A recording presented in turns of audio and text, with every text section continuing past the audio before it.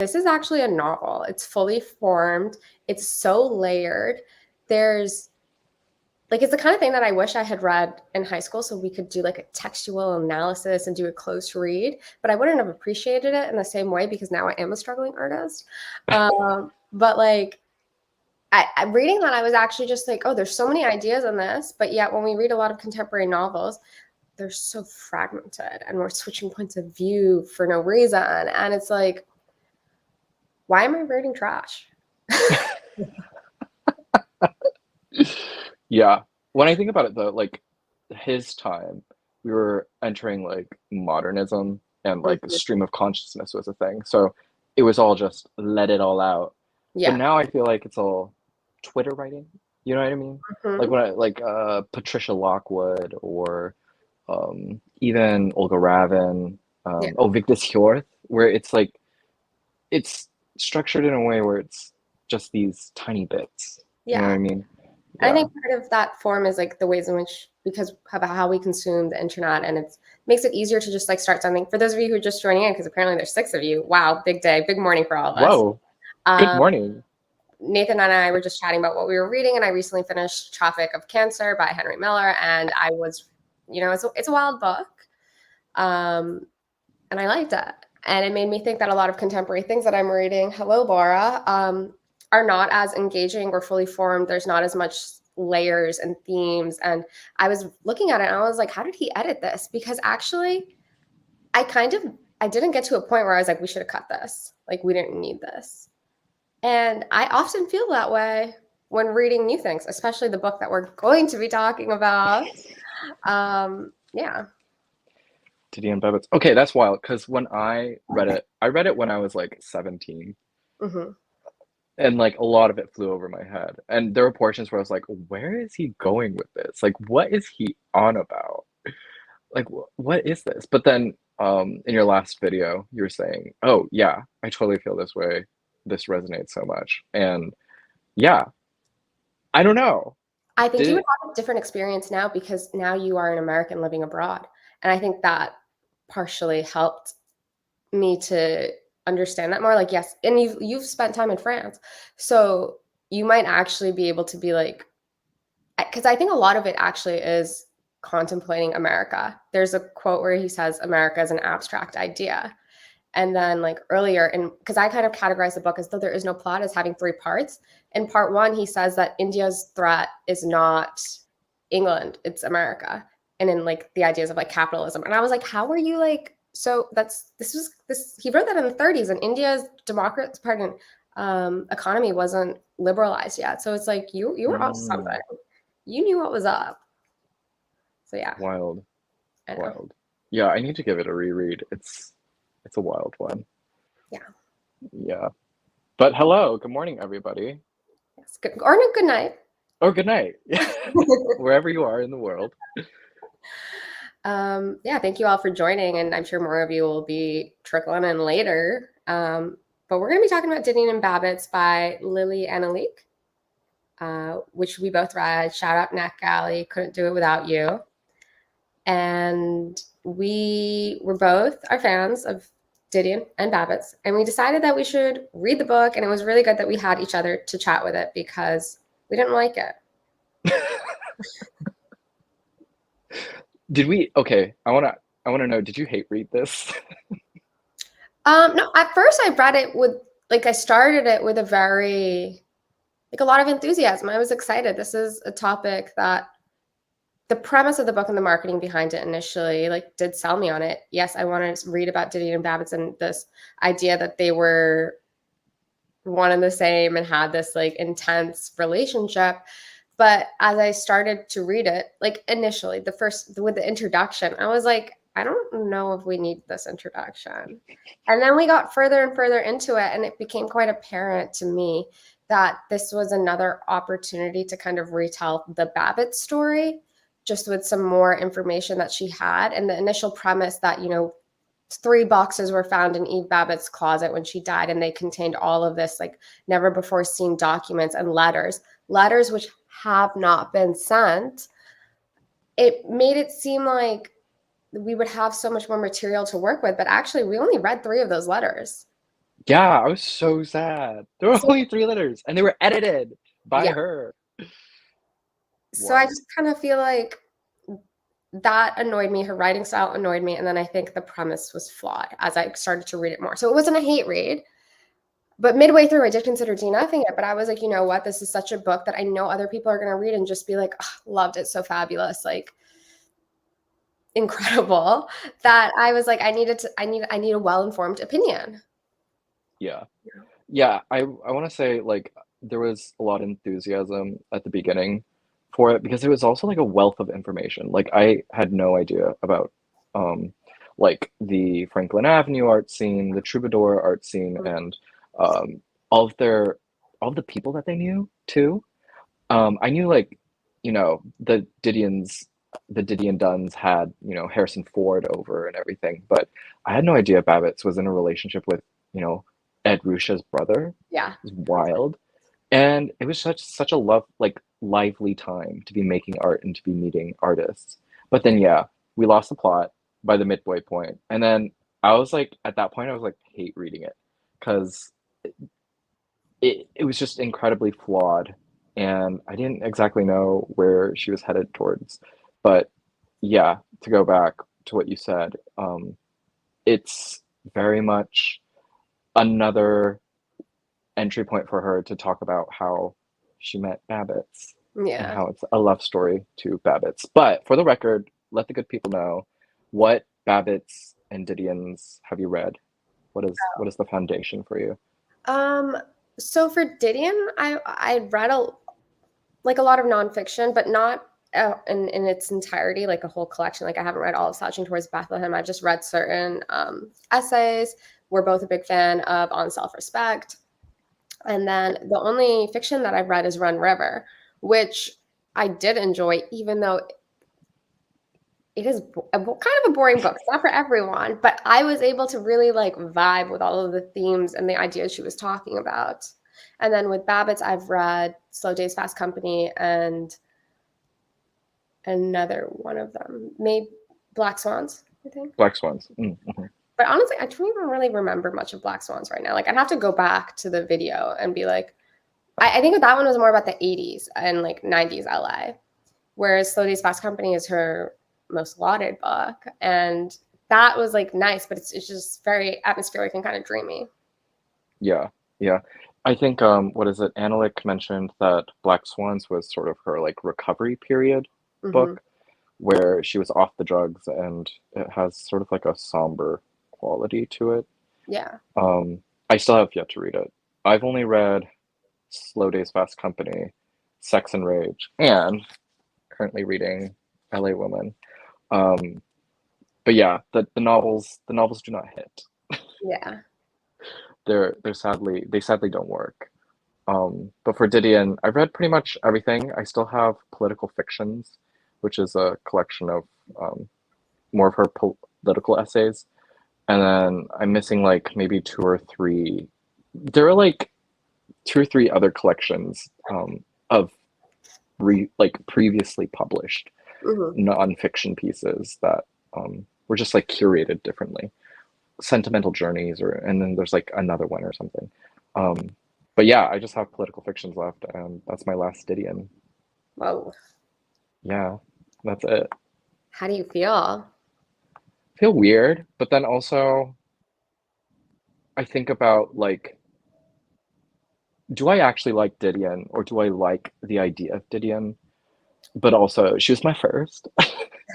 Like, she popped my cherry in terms of like how I see a sentence and how I structure it. Like, I didn't know you can write a sentence so plainly and have it contain and mean so much. Yeah. Um, and this is like coming out of high school, reading Hemingway and Steinbeck and Fitzgerald, and those were all very different sentences. But the Didion sentence is just like so self-contained. They're singular. Like each one matters. Every single word matters, and it's kind of amazing that you can string all of these sentences along to have it almost be perfect. It's insane. Hmm. Yeah. But yeah, do you think you like Didion, or do you like the idea of Didion? And same goes for Babbitt's too. Yeah. So I mean, I think I do think I have to admit that like I like both women, I think, but I wasn't a diehard fan of either. That I could be like I came to both women quite neutrally. You know, at the end of the day, Didion is not my mother. Eve is not my aunt. Like these women are nobodies to me. Like they are great writers, but I'm not invested in whether or not like they live in the canon. Like it's not something that I necessarily like. Obviously, yeah, good for you, but it's not like I have like I'm not invested in it, whether monetarily or like on an emotional level. But I do think that part of Didion's success was her ability to like she knew what she wanted from the jump, and she made that happen. And I think that's quite admirable. I do think that like her aura, if we're gonna go there, you know, is quite strong. And I kind of do think it's a bit of both. I like the idea of her and I do like her, but I do recognize that because there are some really great, fabulous quotes in here. One of them being that like Christopher Isherwood in his diary called Didion and her husband Misery and Mr. Know-It-All. Like I can imagine Didion would have been a tough person to be around, but in so many regards, so are a lot of writers and people who are more contemplative. And so that's what I think about that. And then with Babbitt's, you know, I think it's cool that she's a party girl and was able to be in the moment with all these people. But I also think that like I'm not as much of a like the way she was living in certain regards is not how I would be living my life. Yeah, it was intense. Yeah. What about They're you? intense moments. Um, Before I get into it, if anyone didn't know, the whole premise of the book is, are you a Didion fan or are you a Babbitt's fan? And Anolik, halfway through the book, sides with one of the girls. And then it becomes this question of like, who wrote LA better and which camp do you belong to? And it's, yeah, it's, I don't know. I think about like, can't you do both? Because both partied, you Yeah, know, both definitely. wrote. Yeah, they just went about it different ways.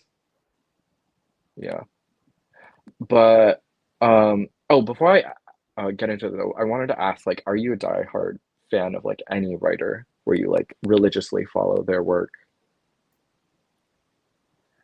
and Um, like look up to them? Like, do you put any writer on a pedestal? I don't think so because like even as a kid, I was not someone who's like obsessed with celebrities or like an artist. Like I've never put someone else above myself in that regards to like really hero worship someone. And like yeah, like I think on my channel I have joked like I really like Otessa Moshfegh's work. She's like an immediate buy for me, and I listen to some of her interviews, but I just like can't fangirl in that capacity. Like ultimately, like I it's a self-respect thing to go back to Didion, but I just don't feel that way. I'm interested in authors and like reading all of their work, yes, because the way that they think interests me, and I want to see the entirety and the growths and the shifts and the ways in which different themes matter to them, or how like Vigdis Ayorth, an author that you mentioned before we went live, like I really liked Is Mother Dead and If Only, and I was like, you know what, I'm kind of curious to read some of her other books and see the ways in which her personal familial entanglements are playing out in her books, because it was quite prominent in both of those. But I'm not like going to go like hardcore for someone, I think. What about you? That is honestly so healthy. Like, I'm someone who's still, there are certain writers I like put on a pedestal only because they've changed the way I write personally, and um, just the way that I see literature is like what's working and how can I work it into my own work, and like what can I steal and all of that. And yeah, I put Didion on that pedestal because I think I was, you know, Didion cosplaying, much like Bret Easton Ellis, where I would copy her sentences. Um, there's an interview with her and Charlie Rose where she admitted to copying Hemingway sentences in order Yeah. to learn the rhythm. Yeah. And then Hunter S. Thompson, also from the like new journalism era, as Didion was, did that with Fitzgerald's sentences. So I I copied a lot of Didion in order to learn how to write and to plot and how to like move sentences. So she's one that I really admire. But also when I was reading more of her work, I was like, oh, she knows a shit ton about LA because she lived in LA. And then just how she saw California. And ugh, I hate to be that like West Coast person, but like California is really crazy. Like it has deserts, it has mountains, it has the ocean. It's such a wildly like wild land. And then LA also has a landscape and character of its own. It's wild. Yeah. Um, and to see it written by way of Didion, but also by way of Babbitt's, created this like beautiful look at like what old LA is, like how it upkeeps itself, and my own relation to the city. Because it's like it's a city that I love, but it's also a city that I hate. Um, and I was also that person that was like, do I stay in LA? Do I go to New York? Is the dream New York? Yeah. Is New York always going to be the mecca of art and culture? Can LA be the same? What do you think? I mean, I think it's an old war, Yeah, I but mean, discussing the merits of like New York and LA is like that. We're never gonna drop that conversation. We will be talking about it 100 years from now. Like it's everyone's yeah, favorite conversation. But I mean, personally, like I'm an East Coast girly, and like LA is so interesting in the time that I've spent there that you can notice like movers and shakers, yes, but not in the same capacity. Like I feel like in New York, when I can go into any cafe or any restaurant, the conversations that I'm eavesdropping on are wild. And in LA, I think you would have to be in certain restaurants or certain like scenes in order to actually hear some of those convos because it's so much more spread out, and yeah, you have to drive places. And I love driving, but I do think that New York has it all, not just on the because it does have like the art stuff and the art scene there. It also has a really big financial district, and so many different industries are there. So I do think it makes it um, to be quite rich in that regards. yeah. Like, I feel like LA's the same. It's just less concentrated. I think it's more spread out, as you were saying.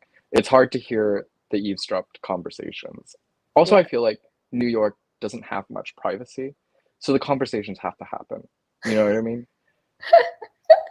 Some of yeah, those restaurants, you're shoulder close. yeah. That is true. That is true. Yeah. But And yeah, you go ahead. with that, like, I think, I don't know, I think both work. Eve hated New York, Yeah, while Didion hated New York, but in a different way, where she was leaving a relationship. But both left, the but center Didion of returned. culture. Yeah, You yeah, know, she did return, yeah, and I think also though one of the things, and I think I wish the author had pointed this out because I do think this is important. This is a distinction that I make. Babbitt is an LA girl, born and raised. Didion is not. Didion's from yeah, NorCal, and I think that affects her perception. She is able to look at LA and be um, critical of it because LA is not her home. And I think like Lily makes this point that Babbitts was mad at Didion for the way she wrote LA, and like that's why she felt she needed to write because she loved LA so much. Didion, I don't think ultimately cared. And I do think that part of her was someone who really idealized a kind of WASP lifestyle. And that's why she did gravitate towards New York and would return there to live out the rest of her life. Like, I don't think that her husband wanted to leave California. I think she was really insistent on that. yeah. She wasn't having a good time, and she moved at a time when there was a lot happening. you Mhm. know, hippie culture, but even before that, like the Manson murders and what happened with Sharon Tate at Roman Polanski's house. And oh, and there's that crazy moment in the book where um, she mentions how the Manson killers were part of the same circles as Yeah. them, which is wild. I had no idea that that was a link there. Mhm. But yeah, she was living in LA at a time where it was really grimy, dirty, dangerous. And of course, I think Didion looked at it with a critical eye versus Babbitt, who sort of lived it and I guess always had seen it or has been around it. Yeah. Yeah. So yeah, but that's an old war that'll constantly keep happening. New York versus LA. Yeah. Yeah. I do think that the other thing that's important to point out is kind of similar in the sense that, okay, Babbitt was born in LA. Eve was not. She was born like in the California area. Uh, but Babbitt came from a family that was very artistically leaning. Her father was a composer and like a musician. Her mother did her own paintings, but they were very artistic. Like shows, she grew up around the scene of like her parents' generation, and she was meeting with all of these people, schmoozing with them. They were such a part of her life that I don't think she almost realized how rarefied that was. She didn't go to college, but and like so that's totally fine. Like she was living her own very like interesting life of pursuing her own education in her own way. But Didion did not grow up connected to culture in that capacity. Like she comes from a more slightly more like middle class kind of background, and I do think that that also informs the ways in which they look at the culture at large. And I Yeah. think that's how also Didion was able to be more critical because she didn't come from that. She was always she did end up surrounding herself with that, but that's not where she came from. Yeah. Which is like so interesting because they end up coming to the same circles or being in the same circle. Mm-hmm. So it's interesting. I think Anolik does a pretty good job of like mapping out how they reached creativity and maximalized it and being within circles. But yeah, Didion was from Sacramento and she was a NorCal girl. And then she would go back to NorCal for university Mm-hmm. at Berkeley. And yeah, so I think Didion, in essence, has a larger scope uh, because she doesn't have the artistic background. She made it for herself and Yeah. then came into the art. So she has this almost duality, of the layperson and the artist combined. And yeah, gives her that really sharp scope and critical eye. But yeah, Babbitt hurt herself as an artist. Didion, yes, I guess. Would you say Didion hurt herself as an artist?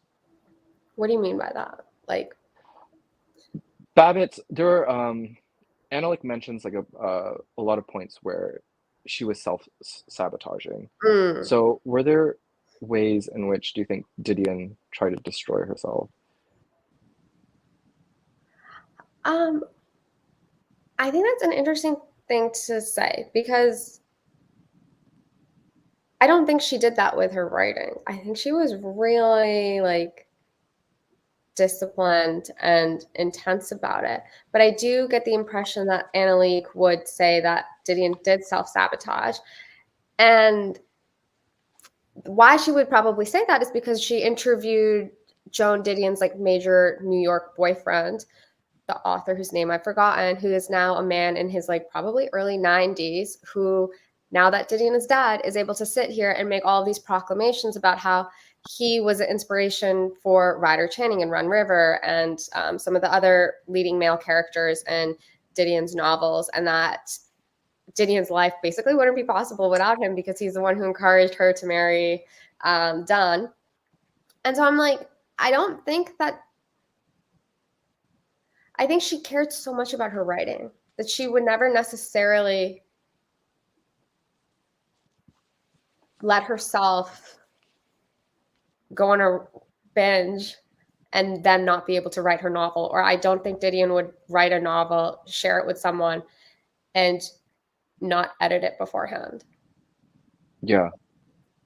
There's That like yeah.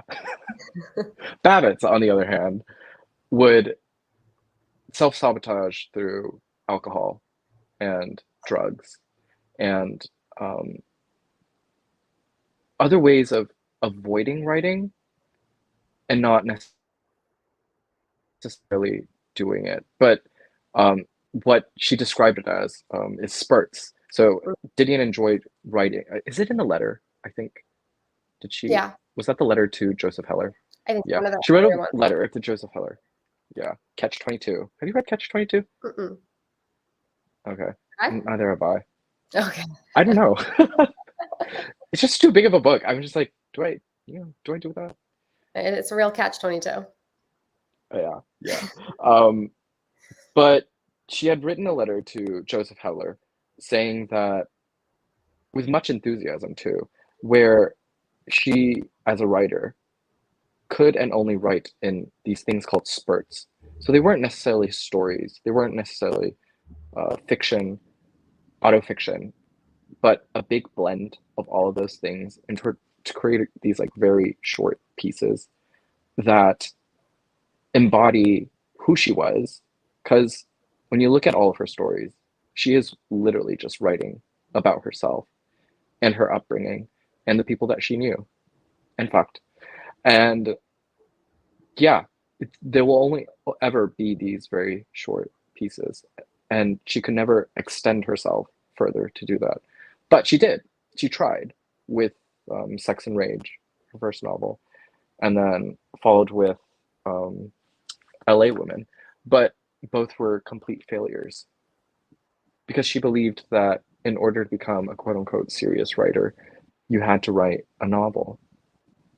But maybe being a serious writer is just, you know, writing in the way that you know how to move through the world. And that's it.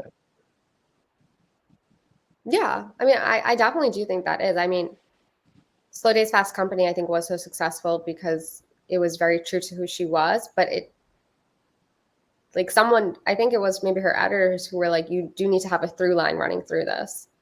And that's what inspired her, I guess, to be like, oh, there's going to be, these are all my attempts to get Paul's attention, my lover's attention. And so that's like what helped further that along. I don't think you need to write the perfect novel in order to be a serious writer. But in some regards, I don't necessarily think Babbitt didn't act like a serious writer. What kind of mean? No, she was more involved in parties and networking and being around people And and like, loving them. like Mm, I think Anolik makes this point earlier in the novel, and I think it's true, is that part of Babbitt's problem was that she was kind of good at lots of things. She was a painter first. She created album covers for bands and musicians. She was really artistic.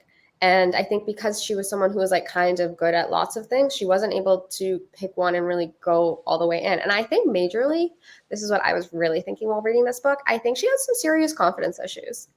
Like, obviously, growing up, like, in that scene must have been really, really tough. And like the opportunities that were awarded to women were very different than what is now. And there weren't women leading the way necessarily for her.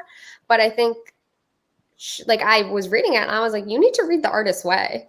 Like, I'm sorry this didn't come out sooner for you. Like, you basically, like, someone said when she was painting, her frenemy bestie was like, is that the color of blue you're going to use? And that haunted her and stopped her from painting. But it's like, if you read The Artist's Way, people are going to have their comments. You can't let it knock you down. Who was that guy, that Earl, whatever? He didn't create anything. And had she just kept on going, she would have been fine. But I think her self confidence was quite low. And so she yeah, would get knocked down all the time. yeah.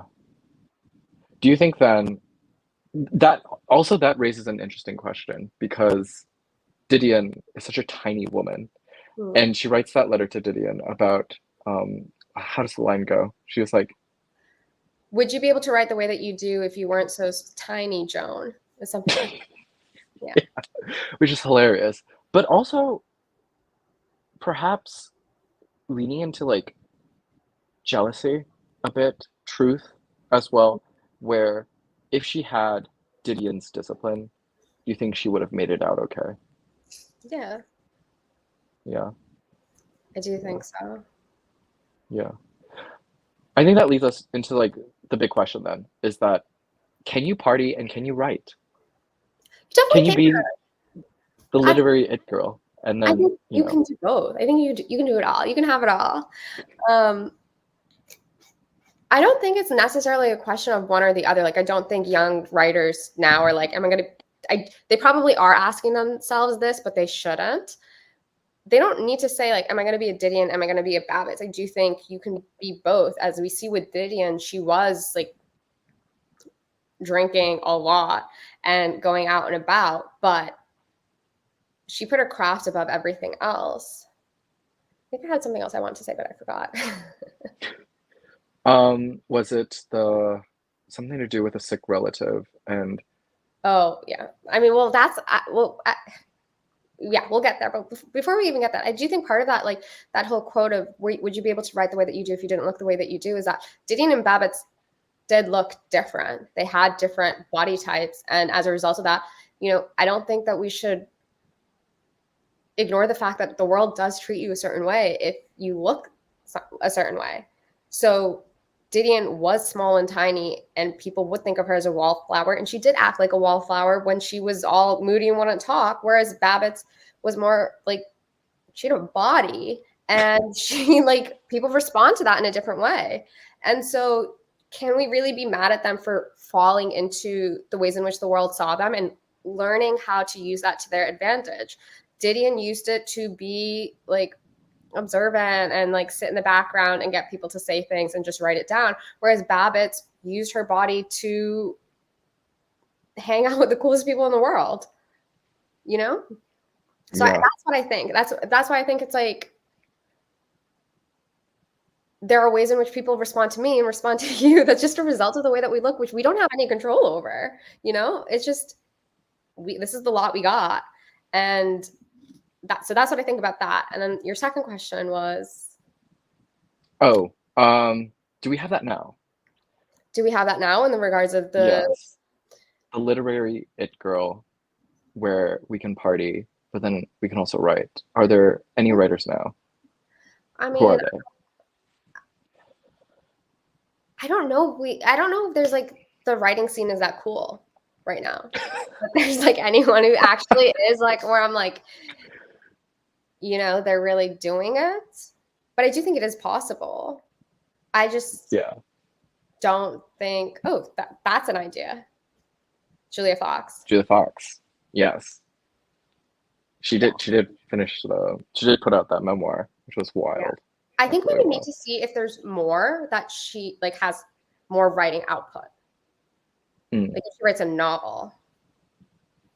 I think if Julia Fox yeah, wrote a novel, then I could be like, wow, like she's out there. And then, I mean, I guess then on a similar route, we would say maybe Emrata, but I don't know also, I don't know if My Body was just a one-hit wonder. mm, yeah, yeah. I do also think of like the Dime Square writers and Madeline Cash and that group where they Forever Mag and they have like parties and things for it, but we don't get like pictures or anything, so we can't see it. We wouldn't know if it's happening. You know what I mean? Yeah, And I wonder, yeah, is it not chic to like take pictures in of a way, parties? it isn't obviously. Like, I mean, that's the thing is like when you go to the club and you see, I mean, I haven't been to the club in a while, but I've been to concerts, and you just see people like filming what's happening versus being present. That's not cool. Neither Yeah, Didion or Babbitts would do that. yeah, yeah. So the parties happened, and then they took time to because like that time also you have like Truman Capote as well, who went to lavish parties and then wrote. Um, and yeah, there were just these like parties with like really interesting people, different artists, creating works at the time in the works. I don't know if we have that anymore. Do you think? Like, is it really not a cool time to be writing right now and partying? Maybe not. I mean, like if you think about it, we just came out of, I mean, yeah, it's like been A a minute. pandemic. Yeah, exactly. And I think that really shifted party culture. And I mean, I know that people were having parties then, but have we gotten a great novel that looks at that party scene and whatever? Like, no, we haven't had it yet. They're probably working on it, or maybe they're not working hard enough for us. I do think it's possible. I just don't think anyone's doing it yet, or if they are, we're just not seeing it, because I do think part of this, at least for us now, to like look back, like if you really think about it, do you think the layperson was like, oh, I wonder who Jim Morrison is hanging out with on the weekends? Like, how would they have access to that information? But now we can see like on IG or a Substack or whatever, like, oh, this is who so and so hangs out with. But I don't think we'll really see what some of those combos were and what those like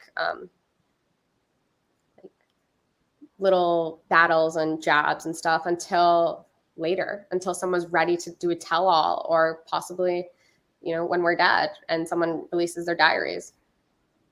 Yeah, yeah. I think it is really like zooming back. You have to like wait it out and see. It was like who was it? The last time I kind of saw this happen was Virgil Abloh's death. But right before then, he went to someone's wedding. I forgot who it was, but the people who attended, and I think it was Peggy Goo who posted pictures, but just like her and Virgil and Pharrell and all these other people at this party, just like hanging out and in talks, creating different works together, and creating works on their own is, yeah, I think it's just something that you have to like wait it out and see how the connections are made, or what connections were made. Um, but yeah, we're too close to the Yeah. present tense to know. Yeah, yeah. But yeah, so Anolik's book really, the premise of it is that are you Camp Didion or Camp Babbitts? And I think that's the most flawed aspect of the book, because do we spoil it? Yeah, Well, we know who yeah, it's she's quite obvious. she's Camp Babbitts. She admits this halfway through, and then it just becomes this like lavish love letter to Babbitts. Because also, though, I do want to make this point that we do have to thank Anolik for bringing Babbitts to the center of culture. Because before that, and before Anolik's research and stuff, everyone was still so focused on Didion and not so much Babbitts. Yeah. I mean, it is like a good question. Like, why are we pitting these two women against each other, like in this day and age? But Yeah, I mean, I do think that like it also does start off with this premise that like these two had a relationship that was quite charged. And we do learn, but I do think this information was known through Annalise beforehand, like in interviews and stuff like that, that Didion did a lot to help Babbitts. She introed her to editors. She was the one who helped get her piece, in her first piece, I think, into the Rolling Stones magazine. Um, she did a lot. She also edited Eve's first book, her and yeah, her husband. And she dedicates the book to them and is like, for the Dons, for being what I cannot be. And that's incredible. However, Babbitts, part of her self-confidence issue, gets annoyed, I think, at the comments they gave, their critiques, which I don't think were probably cruel, but were probably too mean for her to handle because she was so sensitive. And so she walks around being like, yeah, I fired Didion. I fired her. And it's like, well, you did that. And I think that's what part of my issue is with the novel, is that like this is supposed to be a book that's showing us their relationship, but then midway through it seems as if they stop having a relationship completely. And so you're kind of just like, you made it seem like they were, like, she kind of makes it seem as if they were two women who like had like a romantic relationship. And it's like, you didn't give us any information to back that claim up. Like, if anything, they just seem like people who were friends and then stopped being friends. And that's it. But I think that was part of the reason why I got annoyed, because I was expecting there to be more correspondence between the two of them and for us to really be like looking at that. But that wasn't the case. And also, one of my issues was that she spent so much time going through every single stage of Babbitt's life and then is very cursory about what Didion was doing at that same time. And it's like, it seems like your research was very one-sided. Yeah. Also, I think because okay, now we have to get into like the sort of construction of the whole thing, because it feels like it was going one way, and then either, publisher or deadline or something changed the course of like how she needed to write the book, because the first half feels very different than the last half. And then, not to mention, just the writing. It's atrocious. Yeah, it's pretty bad. Y'all, for the record, the writing is so bad. I think it's because Anolik was just so podcast heavy. She was doing she was going on talk shows about Babbitts, and she was like the only person to, go to when you wanted information about Babbitts. So she, went on these different shows and did a podcast about her, and was working on the Bennington College thing. And so she has this like very strong, laxed conversational podcast tone to it that almost feels a bit Netflixy. I don't know how to describe it, but it's like, well, it's very conversational. And I do yeah, think, like, when you listen, you should definitely listen to her interviews when she's talking about Babbitts. Like, she's a great conversationalist, and she knows her stuff, so she does verbally tell a great story. But when you're looking to read it, I think you can be like, someone who wants to lobby a complaint about us right now would be like, well, it's actually quite readable. And it's like, yeah, it's readable, but I do think ultimately both Didion and Babbitts were probably like rolling in their grave, or if they were the other way gone, their ashes are like floating around dancing like mad, because there was no style to this writing. And I think both Didion and Babbitts were stylists in their own way. Didion in this very cold, precise, almost logical capacity, and then Eve in this very like sensual, romantic, colorful capacity. And Lili Anolik does not do any of that. She literally is writing in ways that I think would aggravate both women so much. And that's what makes me mad, I think, is that it's kind of disrespectful to both of these women to be like talking about their lives, but not able to do it in a way that's well done. yeah, like just to like mention a couple of ways that she wrote Yeah, the book. the She would quote. always refer to us as the reader. Dear Like, of reader. course I'm the reader. Dear reader. Yeah, dear reader.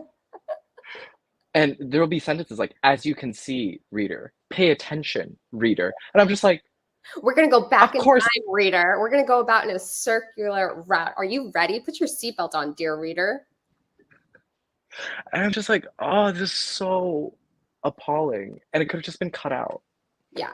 Maybe there was a word count issue. So she was like, add that in. But yeah, and just like pay attention now. Just like there's just these like really, I don't know what you would call that, but all of that to me is just like senseless fluff.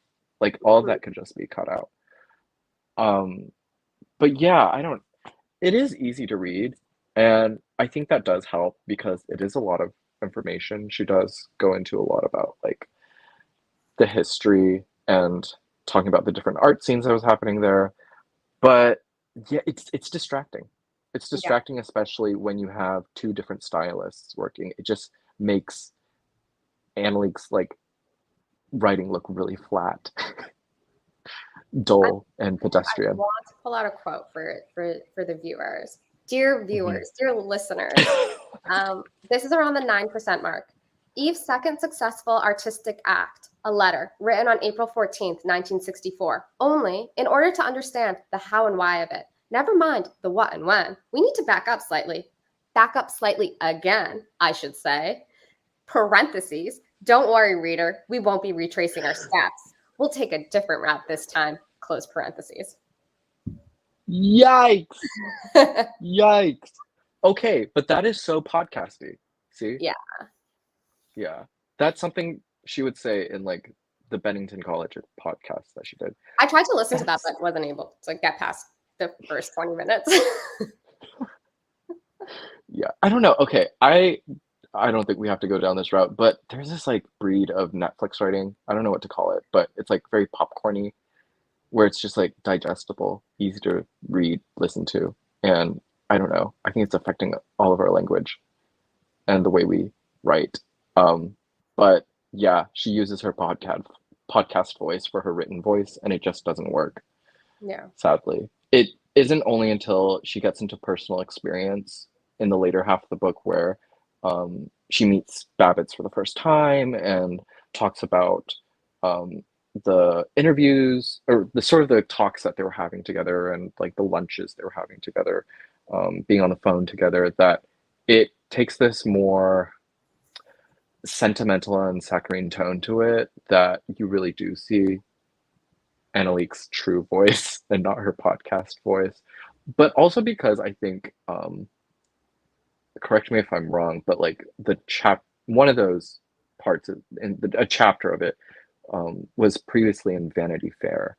So Oh, maybe it was. I thought that was just an article.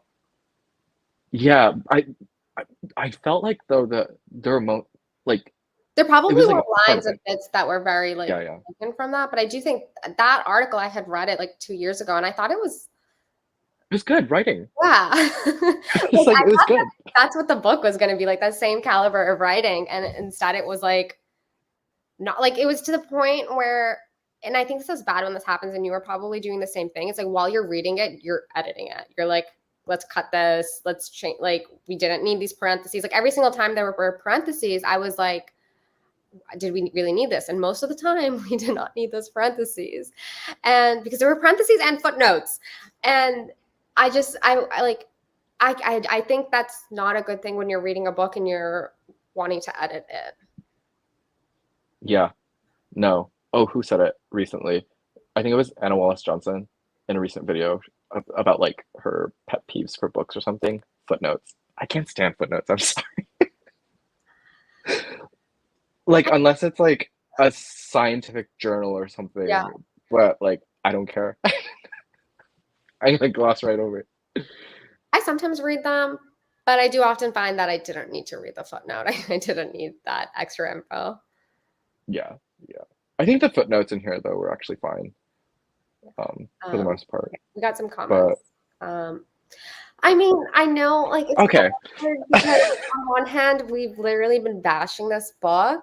I do think if what I recommend for anyone who is watching my videos, I'm sure Nathan will probably agree with this, is that if you hear us talking badly about a book, what you should do is get it from the library or walk into your bookstore and just read a chapter first, because your experience may be different than ours. But I think if you're watching our videos and if you're of a certain caliber, you'll probably agree with us. But I do want to leave space that maybe you will have a different experience, or maybe you want to write an essay on Didion and Babbits, so probably you should check out this book. Yeah. And I mean, I'm not in it just yet. See, I tried 3 times. That flipping back, that's a big book. That's a big book to be flipping back and forth with. Okay, I cannot. It's heavy. It's real heavy.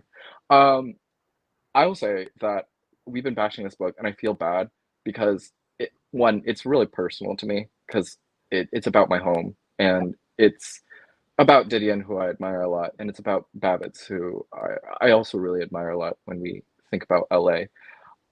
But also, I'm leaving it, like, I've written my review of it, and it's pretty harsh, but it sits at a 3 stars for me, 3.5 maybe, because it's actually a really good wealth of information.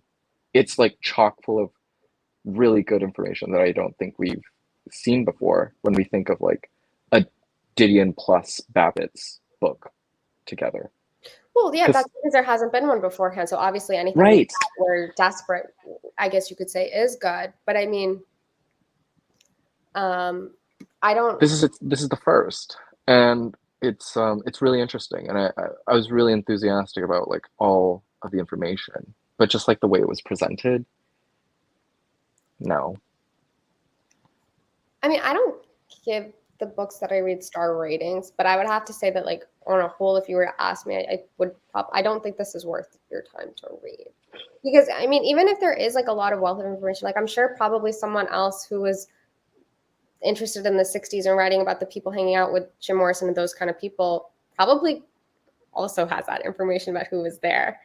And I mean, to me, like the quote that stands out is the one that I mentioned beforehand of Christopher Isherwood being like, Mrs. Misery and Mr. Know-It-All. And I do think personally, one of my issues with it was some of this information that we were getting were from both Didion's and Babbitt's former lovers, the ones who were still living. And I think to look at these two women and be like, the person who gets the last word are these white men. And I don't think that in the interviews, it doesn't seem as if Anolik was pushing back on the things that they were saying or being very critical with it, even when she shared it with us, that I'm kind of just like, I feel very dissatisfied, I think, with some of it, with that research, which is so bad. Yeah. Do you think then that this book needed more time? Probably, but I don't been working on it for a while. Like that Vanity Fair article came out like so long. Let me pull Didion and Babbits. Oh, I mean, yeah, I guess it came out in 2022, which isn't really that long, but like it feels like this has been teased for so long.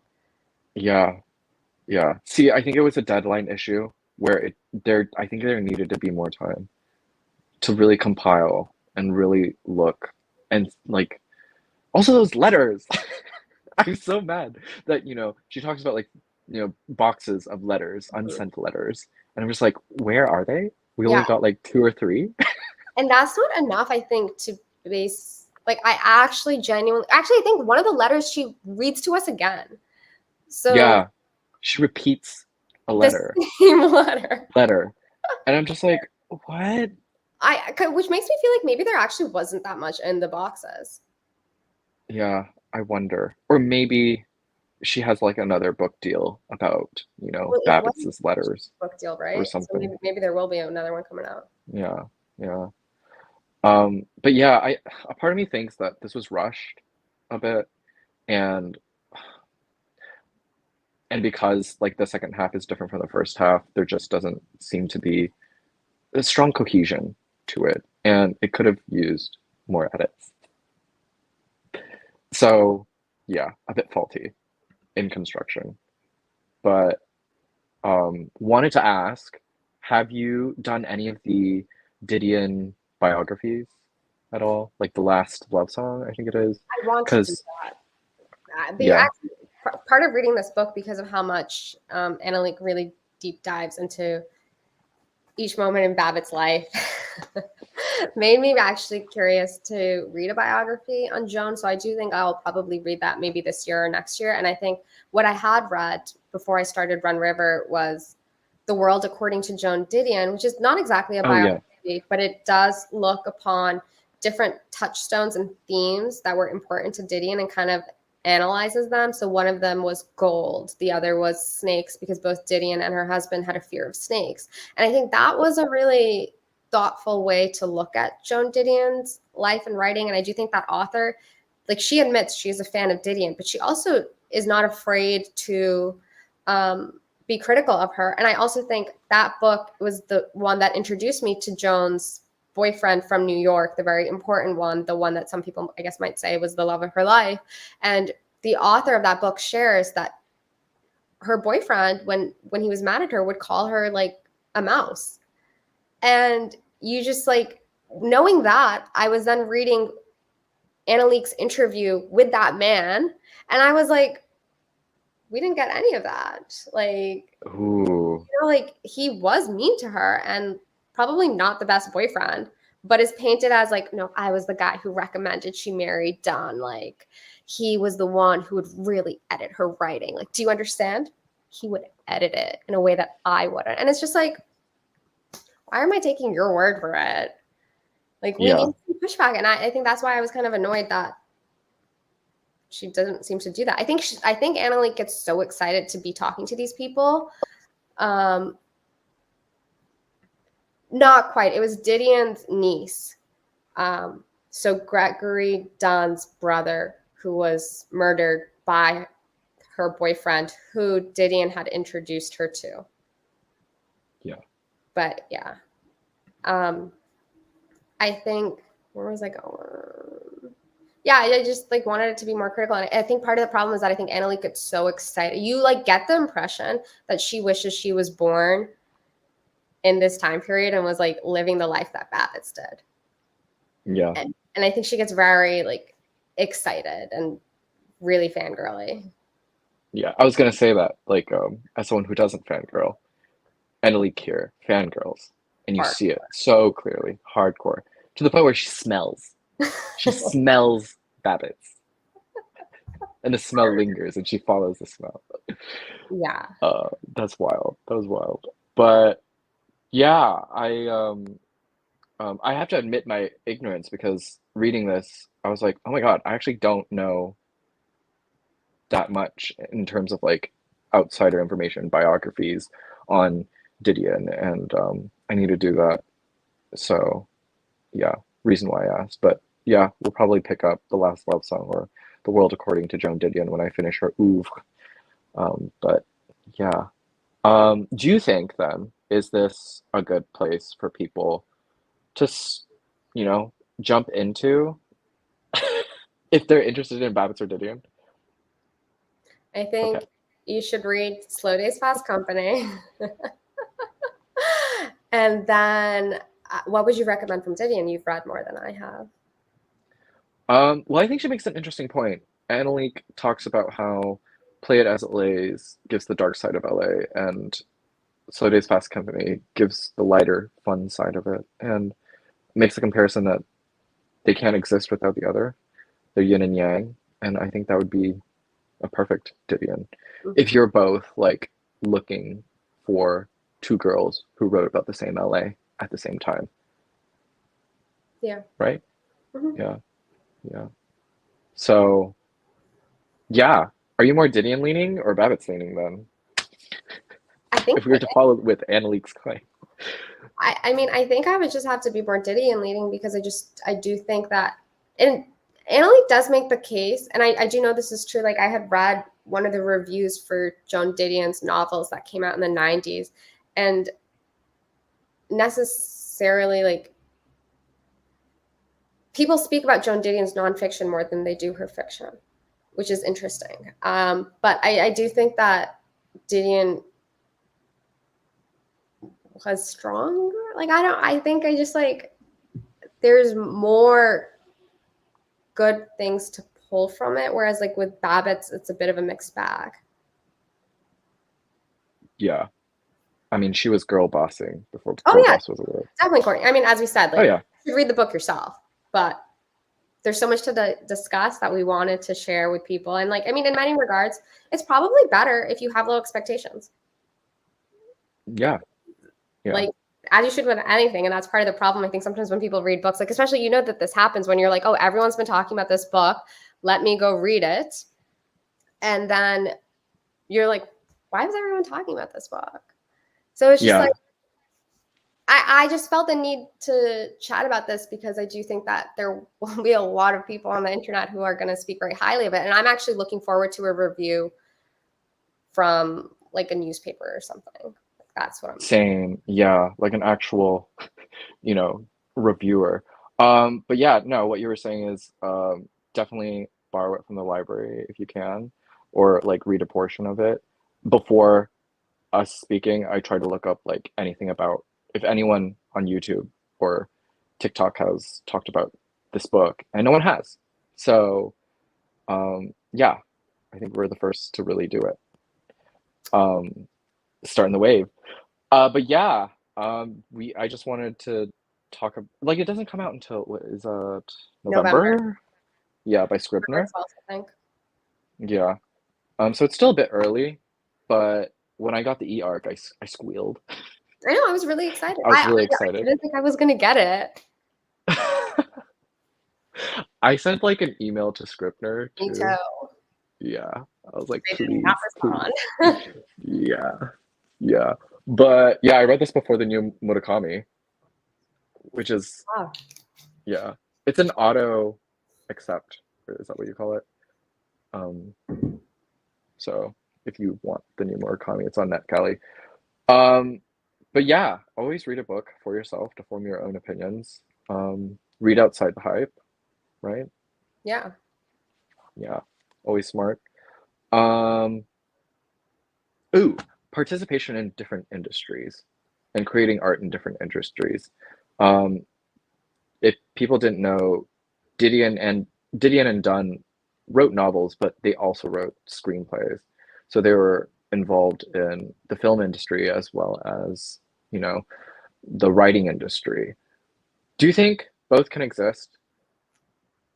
Well, I think Anolik does make this line that one of the problems for writers is that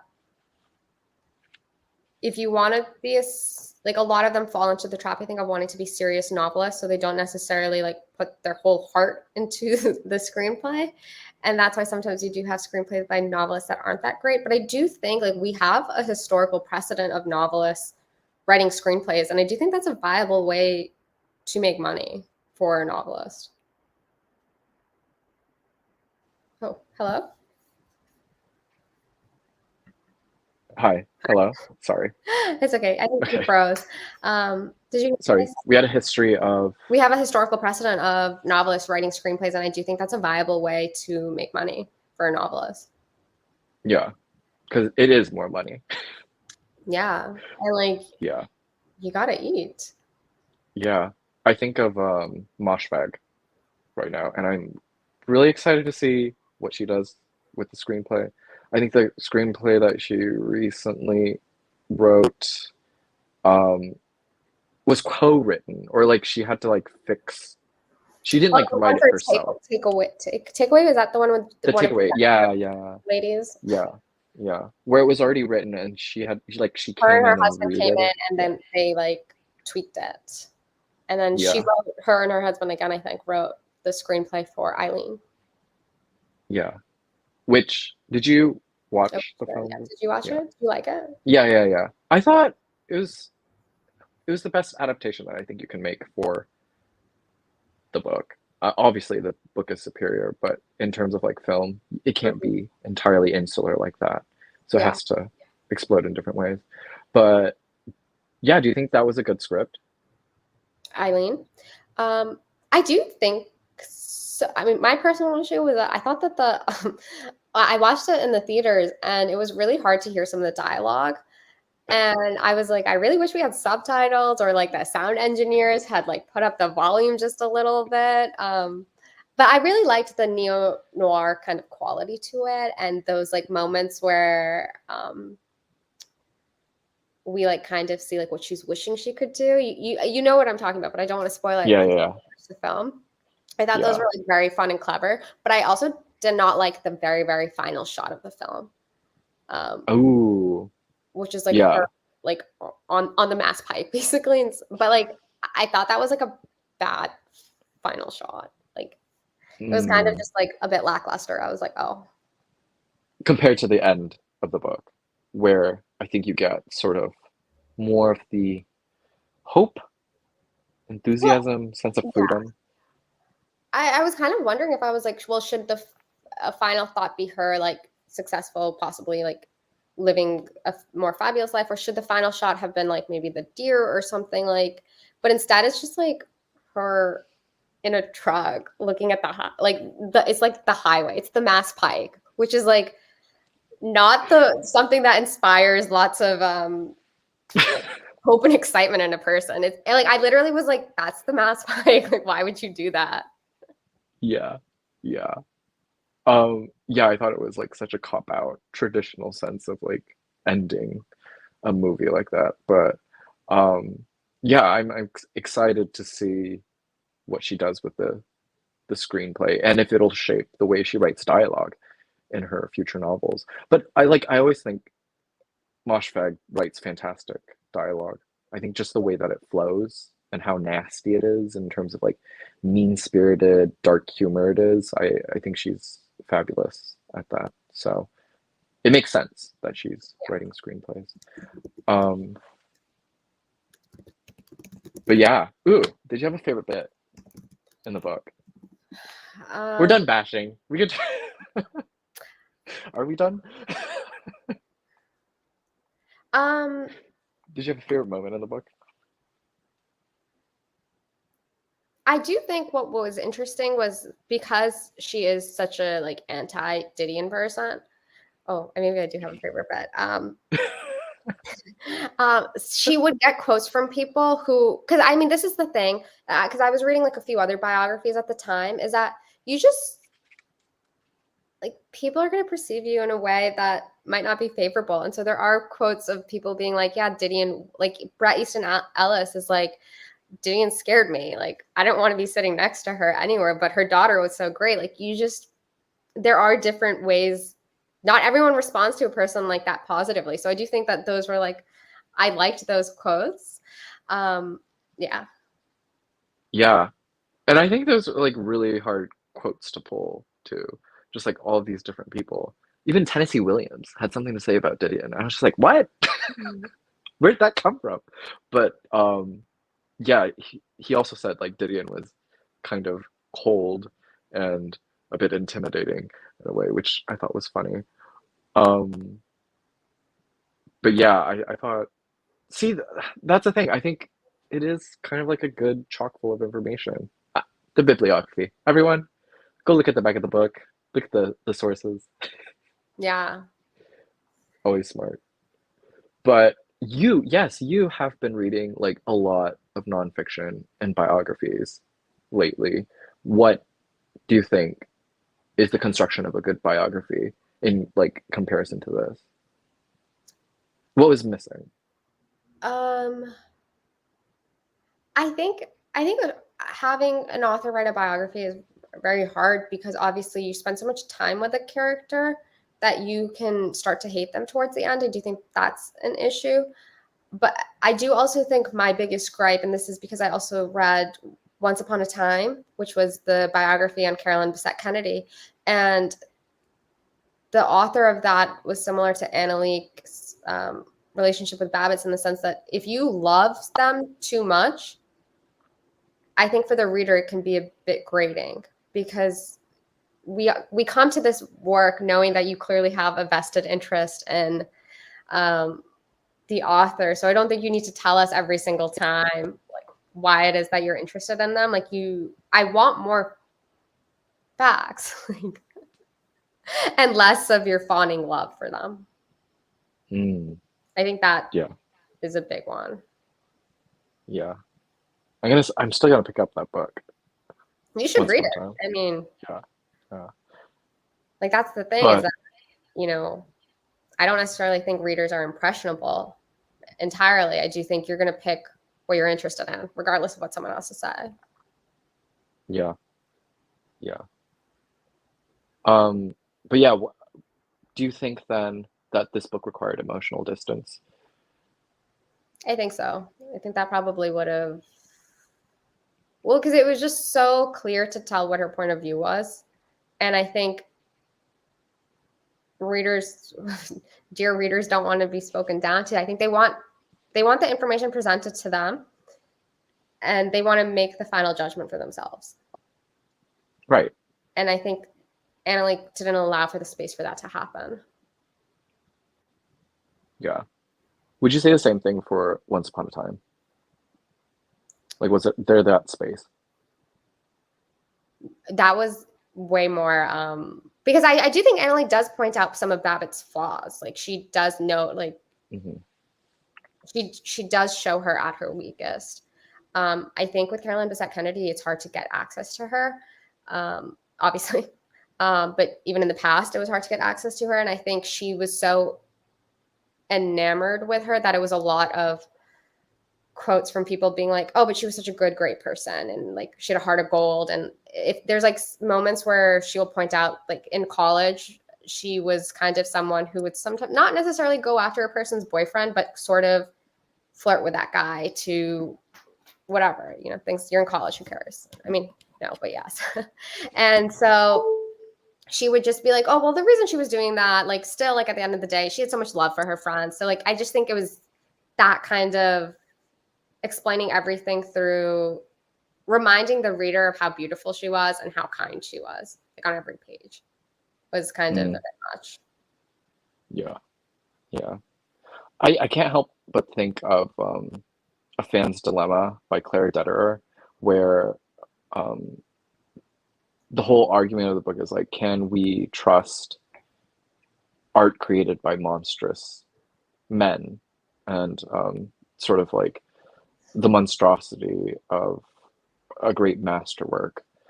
And in the end, love is your bias, and if you love them enough, then it blinds whether or not, if they're right or if they're wrong, and all their wrongdoings. And I think no matter how much emotional distance that you create for yourself, you'll still end up siding with a side if there's a side to choose. And yeah, Anolik here chooses Babitz. I do think with more editing, we could have gotten a more critical eye. Because I think with every point where she mentions like Babitz's own self-sabotage, she just leaves us there, which I think is interesting. But like when it comes to Didion, she always had something to say. Like every bad thing that Didion did, quote unquote. I don't think she necessarily like held grace for Didion in the way that she did Babbitt's.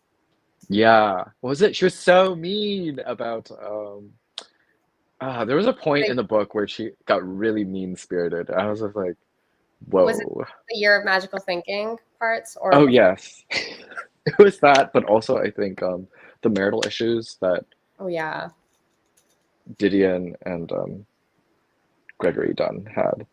But yeah, that was intense. But yes, she claimed that the Year of Magical Thinking was not a work of art. Chat, let us know. What do we think? I mean, for those of you who have read The Year of Magical Thinking, like, what were your thoughts and vibes for that? I've not read it yet, but I'm gonna take a second. Frank has been sharing some great thoughts. Ooh, yes, I can't see either one of quote. us has read Dunn's novels, so that is good to know. Sorry, I want to read them. I haven't read. Or no, I sent you the Vegas one. Yeah, the Vegas one. I want to read that Vegas book, Yeah. but it's like super expensive on eBay, y'all. Yeah. It does seem like that. And then the funniest autobiography, Will by G. Gordon Liddy. Okay, we'll look into that. Like this. Will. Mm-hmm. Also, if anyone just has general book questions, we're here to chat. It's been a while. Yeah, we haven't. When was our last live? This is like maybe it was last summer. Oh my god, really? 1 year anniversary. Hello. Yeah. Okay, what is this? Will by J. Will, the autobiography of G. Gordon Liddy by G. Gordon Liddy.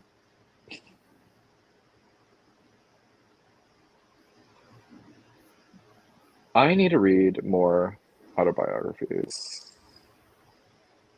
From Soldier to Washington Insider. Yes. But Noor has joined the chat. Hello, Noor. Love ya. Sorry. What an wow. What an out-of-pocket thing to say. What was the reasoning behind saying it's not art? I mean, she's making, okay, and I do think this is something for us to discuss, because actually she's making the case that Didion would pull from her real life characters, people, situations in order to write her novels. But Babbitt's would also do the same thing. But also, all writers do that. So what kind of flawed argument are you trying to make, Anolik? And Yeah, but you go ahead. Go ahead. no, yeah, the case against was to use material from her own life and to write things like Year of Magical Thinking and Blue Nights, writing about the deaths of very dear, close people to her and make work out of it, quote unquote, and then claim that it was not art. Um, but yeah, Babbitts was doing the same thing. So what's the deal? And it's things like that where it weakens Annalique's points and the whole construction of this book, essentially. Just another tally to the way that there isn't a strong cohesion to the book. Frank has asked, and we probably should re-say it. The name of the new book is Didion and Babbits. That's the book.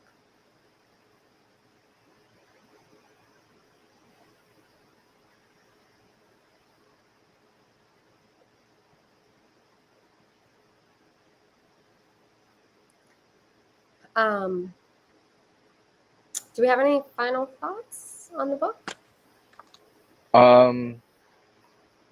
Oh, my favorite part was when Annalique was basically near the end of Babbitt's life and she was just talking to her on the phone and being chatty. And Babbitts had to say, on Justin Bieber's third album, so good. And he could get by on sheer cuteness if he wanted to. I thought that was great. Like Eve Babbitts liked Justin Bieber. Yeah, that is pretty wild. Do we want to talk about the other wild stuff? Yeah, let's do it. Okay. Well, if anyone didn't know, I I remember reading an article or something where Babbitts had bought a bunch of MAGA hats and she would like give them out to like friends and stuff. And I thought, wait, what? Where was the source for this? I forgot where it was, but I'd read it and I was just like, where is this? But Babbitts was a huge Trump supporter. And then late in the presidency, she said she was having an affair with him, which was wild. Um, I and mean, then, oh, go on. I do feel bad for Babbitts. Like, Yeah, it's clear she was really isolated and lonely, and her life wasn't like, I think she was someone who really lived in the present so much she didn't think of the future, yeah, like what kind of life she would want to live when she's in her 60s and 70s. And part of that was her kind of really isolating herself and living the life of a recluse. yeah. Especially like undergoing the burns, severe burns, and Huntington's. And yeah, it is really isolating. And to sort of like, not fair to say, but like lose your beauty in a sense, you know, losing the beauty of the time that she lived in and the people that she had. But yeah, it was really isolating. Um, and I think near the end of the book, it has this sort of sweet love song to it where Annalique's writing does sing a lot better, but it's because she's writing about her experience with Babbitts and the time that she spent with her. Um, and it's where most of the strong writing is. Yeah. That'll get to Annalique. Yeah, Yeah. for sure. And yeah, Frank, she passed away, I think, end of 2021. And then Didion passed away like about a week later. Yeah. It was kind of beautiful in a way. I think she does make a mark about that, them passing away at the same time, essentially. Yeah. Yeah. But yeah, overall, I thought it was illuminating in terms of like the troubadour art scene. Oh, She didn't have an affair with Trump. She was saying that she was, because I think she kind of, it seemed, Anolik says that she gets a little paranoid or kind toward the end of her life, and so part of that was her being like, Trump and I are having an affair. You have to read the book. yeah, read the book. Yeah, it's wild. But yeah, read it for yourself. Yeah. What was I gonna say? No, lost my thought. I forgot what I was gonna say. Should we talk about what we're reading? Our culture, life, vibes? Oh, yeah. Oh, Unless you if want to say anyone more didn't see. about the book, but I think, No, I think that was it. yeah, Did you have any final thoughts? I did, but they're not for this. You'll have to read my diary, guys. I'm actually in the middle of LA Women by Eve Babitz. It's not good, but it's fun. Yeah. It's just really easy breezy. But it's mostly spoiled by a lot of exposition. It's like 60% exposition. I'm almost done. So, but I'm doing a buddy read with Yena, if anyone needed to do, Steve Martin, who, Oh, yeah, is like actually new Babbitts as well. What was the note? She helped Steve Martin get a with the car idea that, or something? yeah, get a car and then wear that white suit. Steve Martin, when he was doing stand up, was known for wearing a white suit on stage, so he did that. But Steve Martin also helped Babbitt's rehab a bit when she was down and out, and put her up in the Chateau Marmont in LA. So yeah, Steve Martin knew Babbitt's. Um, I'm also reading this like new poetry collection by Margaret Atwood. It's like previously published and new poems as well, and that's fine. Yeah, what about you? What are you reading? So yesterday I finished one of the Booker books, The Safe Keep. Which one? The Safe Keep. I forget who wrote it, but honestly, I wanted to actually recommend it to you because I think it's phenomenal. Ooh, okay. It's like desire, yearning, very horny, and Ooh. it's about a woman who, because I don't want to reveal too much, but this is like, I think it's like 1960s. She's living in Amsterdam, I believe, or like in the outskirts of Amsterdam, something like that. And she is very like unique in the sense that she lives alone in a big house, and she's very particular about the house. She counts like all the silverware, and when the maid comes, she's like, the maid might steal something, whatever. And then this woman, her brother's girlfriend, has to live with her for a month. And Ooh. yeah, I know where this is headed. yes, it's very good. Ooh, fun. Okay, okay. Cute. What did Yeah. you think? Are we gonna talk about Booker? I mean, What have you read? I've read. Are you gonna do it? Yeah, I think I am, because, well, there were some leaks, so I read like that's why I was able to start the Safe Keep a little early. So I read 3 of the books early, and 2 of them are okay. The Safe Keep was really good, and then I read James beforehand, which I did. Right. So I think now I have like 9 left, so I might as well. Like I kind of don't know a lot of the books actually, but it does seem interesting. Yeah, I'm surprised I don't follow Booker, but I'm surprised I actually read some of these. What were your thoughts on Yeah. them? Which ones have you read? I've read Wandering Stars by Tommy Orange, which is really good. I really enjoyed it. It's is it sequel or prequel? I forget which. I think it's prequel of There There, which I want to read now. But yeah, just like beautiful, lush about indigenous Native Americans and their upbringing as teens, and it's just really it's just a narrative that we don't ever get. So it was really rich in characters and relationship, and so I thought it was wonderful. Um, I have the new Kushner Creation Lake. I had it sent to me, but it's at my LA address, so I have to wait it out. I did Orbital by Samantha Harvey, which is that sci-fi like Earth is dead and everyone's sent to space, and it's really short, really easy to read, really contemplative. I thought it was good. Um, I still need to read James. Should I do it? I thought like it. It is one of the. Have you read any Percival Everett? No, I really want to though.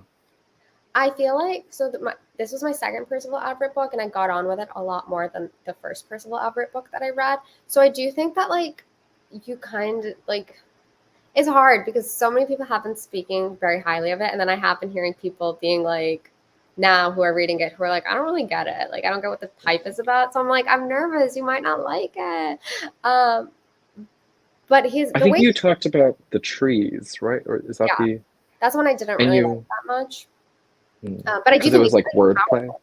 But Mm, he was really punny in that book, and I didn't really like that. But I think he's like the way he tells stories, I do think is interesting. So I think like from a craft perspective, I do think you should definitely read one of his books because he is someone who is more like dialogue does a lot more of the work in his books, or of the two that I've read, of course. And he's published like 22 books. So yeah, he's pretty prolific, and he does have like he's a painter. There was like an article that's come out that like he has an exhibition of paintings, and like before that he used what? to raise horses. Like the man has done a lot. I think he's also a professor. I don't know. Like there's a lot That's out there. wild. Yeah. But I think like from a craft perspective, it is worth reading Everett because of the ways in which he does tell a story, and it's like it's accomplished writing, yes, but I do think sometimes I think people might not entirely like the execution or some of the ways in which he's presenting his ideas. Mm, And I do think like James is a very angry book, mm, and I was able to like get on board, but I think maybe for some people they didn't maybe like it. yeah. Chat, let us know. Are we pro James? Or are we pro Percival Everett? More people want to read James. Yeah. I want to read Headshot because who was it? Ben Reed's good. Oh, you made a face. Disco It's really, King also just made a video about it. I need to watch it. it's But really quick, so it's like it won't take you time to read it. But I think it felt a bit repetitive to me. oh, that's tough if it's a short read. Why is it Yeah. repeating itself? Well, like formally it's interesting because it's about like what is it, like 6 boxing fights that occur between these girls at this tournament for boxing, and they're like the best in the country. So it starts with one fight, then it starts to the next fight, then it's the third fight, and then the final one, I guess. And so it's a character study, and it's the way in which like all the girls are kind of similar also. Like they are females who are boxing, who are using their body as killing instruments, which is not how we look at the female form and whatever. But they all start to like say some of the same things. You know, they're all like, and the judges were always men. And it's like, once you hear that one time, you don't need I to see. hear it a third time. And then it's like, sometimes it was like, it's the girls, one of them, there was like the first fight is between Artemis and a girl, Andy. So it's like, you're trying to like keep track of that. And then the third fight is between Izzy Lang and Iggy Lang. And it's just like, how are we supposed to keep track of this? Like, Oh, so it's like 6 different fights. yeah. Like, cause it's like the bracket of like the 4 girls, and then it becomes like whoever wins. And then, Oh, I see. It sounds like Luca Guadagnino needs to come in and challenge us by this story. yeah, I mean, that would be very cool. Yeah. What other ones are you curious or interested about? I think probably today I'm going to read Orbital because it's quite short. And so I'm happy to hear that you had like a good experience with that. So Yeah, I maybe, thought it was fine. It was, good compliment. Like no issues really. It's short, sweet, to the point, was not repetitive. Okay, that's good. Um, yeah, yeah. And yeah, you can finish it in an afternoon. Okay, good. It's very quick. Yeah, yeah. Um, any other ones? Because I'm not gonna do this. Probably the only ones I'll do is Headshot and James. Anyone else? Do Safekeep. Oh, Safe Kick. You're Yeah, I mean, right. do that over Headshot. Okay, Yeah. I'll do that. Um, but yeah, I thought this list was interesting. I think it was the first time where I've actually read any of the books, but I had no idea that Yeah. how this list was made. But yeah, um, cool. So, did you say what you're gonna read? You're doing the Orbital today, and then And then, I mean, I'm going to try to read as much as I can, but if I get too bogged down, if I get depressed, then I'll drop it. But I mean, I think it's admirable, you know. Whisker likes to read. Yeah, good luck. And hopefully someone skips those holds and you can get to the books faster. yes, everyone, go out use your libraries. Yes, We love the library. Yes. we do. Oh, are you gonna watch a movie every day in the month of Okay. August? So I did a search and moral inventory and I was like, I don't think every day is feasible, but I'm going to aim for every other day or in total 15 films by the end of the month. That's feasible. I think you can do that. Right. I mean, you managed to do a lot in a month. Can you give me some tips? Like what? Oh no. Oh my God. I was awful last month. I think I did 41 movies. It's called being really bad at social media and like keeping up with people and turning off your phone, literally. But I like to put on a movie. I'm an early riser, as you are, Yeah. right? I like I like to watch a movie in the morning and then before I go to work. So I'll do that. I mean, that's a good way to ease into the day. Yeah, it makes reality a lot more okay. Yeah. Easier to deal with. Yeah, because it's just like, you know, I could spend an hour and a half on TikTok or spend that time watching a movie, right? So true. Yeah. So I'll do that instead. I've been pretty good about like not being on TikTok or Instagram. So it's been it's been nice. Those are Um, just the tips. I try to watch a movie every day is the thing too. So but you're quite successful at it. Oh, sorry. I was trying to pull up my screen time. Do you have like a list that you're running through, or do you like decide on that day? Do you go by the mood? Because I'm kind of like I will look at the films and I'd be like, I could watch that, or I could watch that, I could watch that, and then I just don't watch anything. ooh, I do like okay. I wasn't gonna talk about this because I'm still waiting on a sponsorship. Notion. Notion, please sponsor me. But in my Notion list, I have like my watch list essentially set up by time. So like what can I watch that's Oh, an hour and 10 minutes versus like what can I watch that's 2 hours and just divvy up what I can watch within the week based on that. And then all of the recs just come from people I follow on Letterboxd. Pato's great with their recs. Um, yeah, and that's how I set it up. Otherwise, it's just this overwhelming list, and you get into that like, you're like browsing on Netflix, what do I watch next kind of thing. So yeah. Um, but I've been watching just a lot of films that I've been meaning to get to, yeah. just like things that have been in my backlist for forever. So yeah. Same with books too.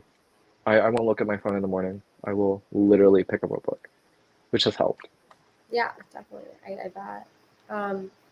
I think I'm gonna also have to pick things because like right now I'm watching Godland and it's like 2 hours and 30 minutes. It's Uh-huh. so beautiful but so boring. So like and then this isn't how you watch a film, right? You don't watch 20 minutes of it and take a break. But it's just so boring.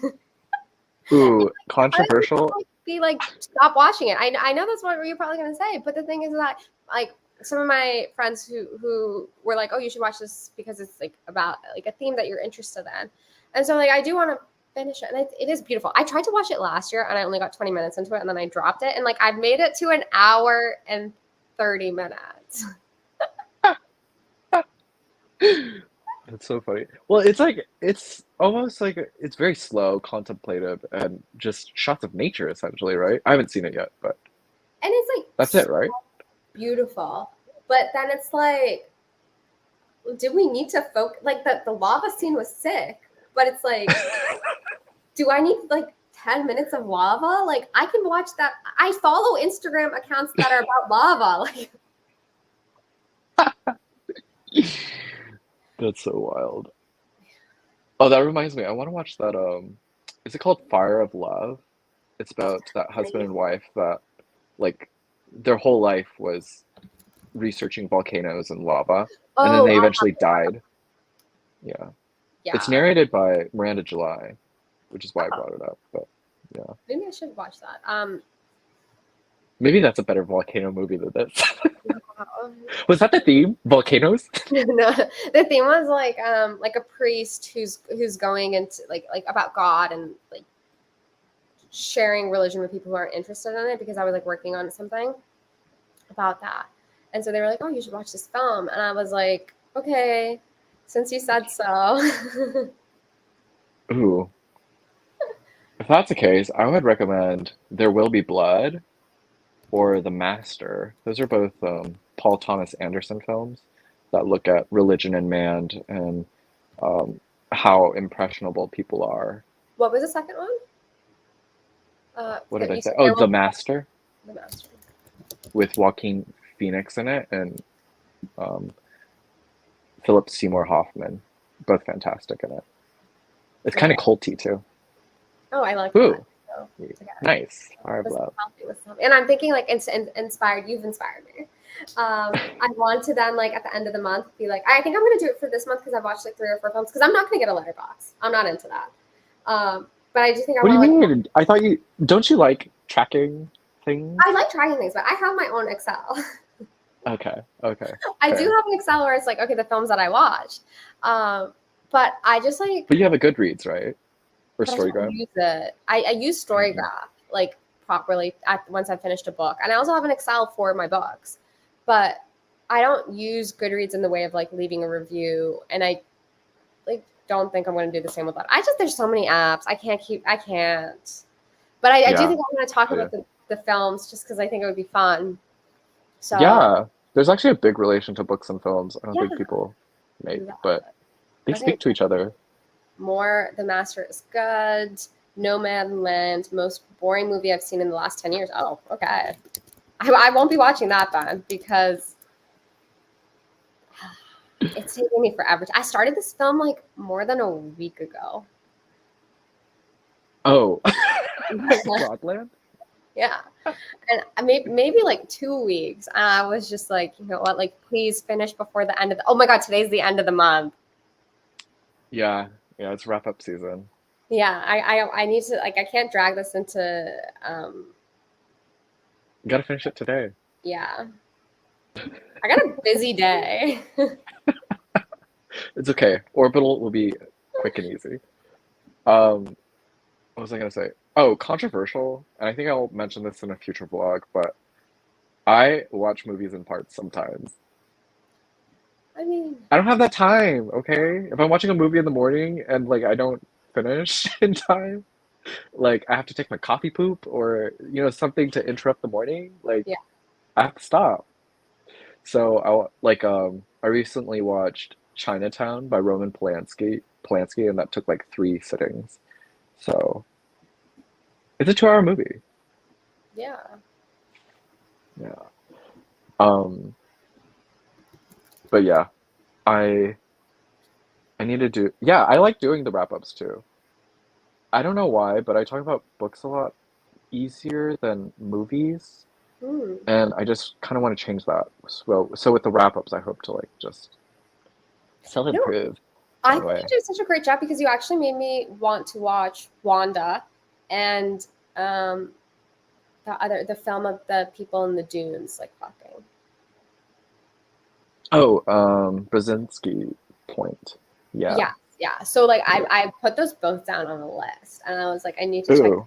that out. And then I was like, I think I'll probably watch the Dune film in August because it seems like such a great summer vibe kind of film.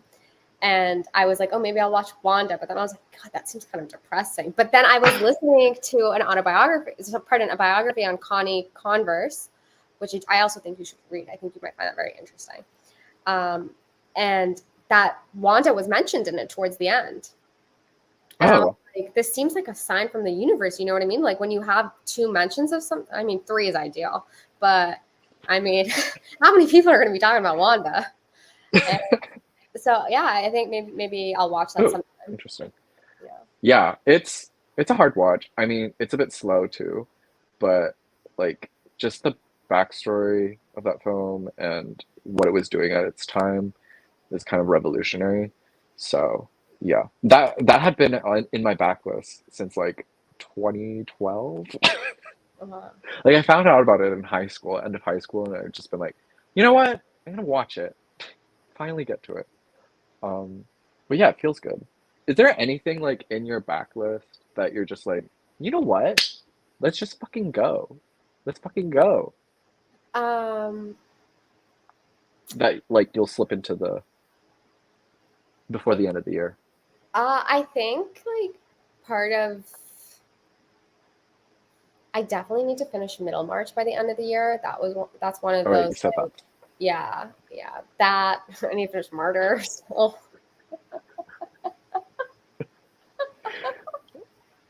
Is it like you don't get along with Martyr, or it's just like it's was it like the dream sequences that are a bit too much, or I think it was just like I like it. I do like it.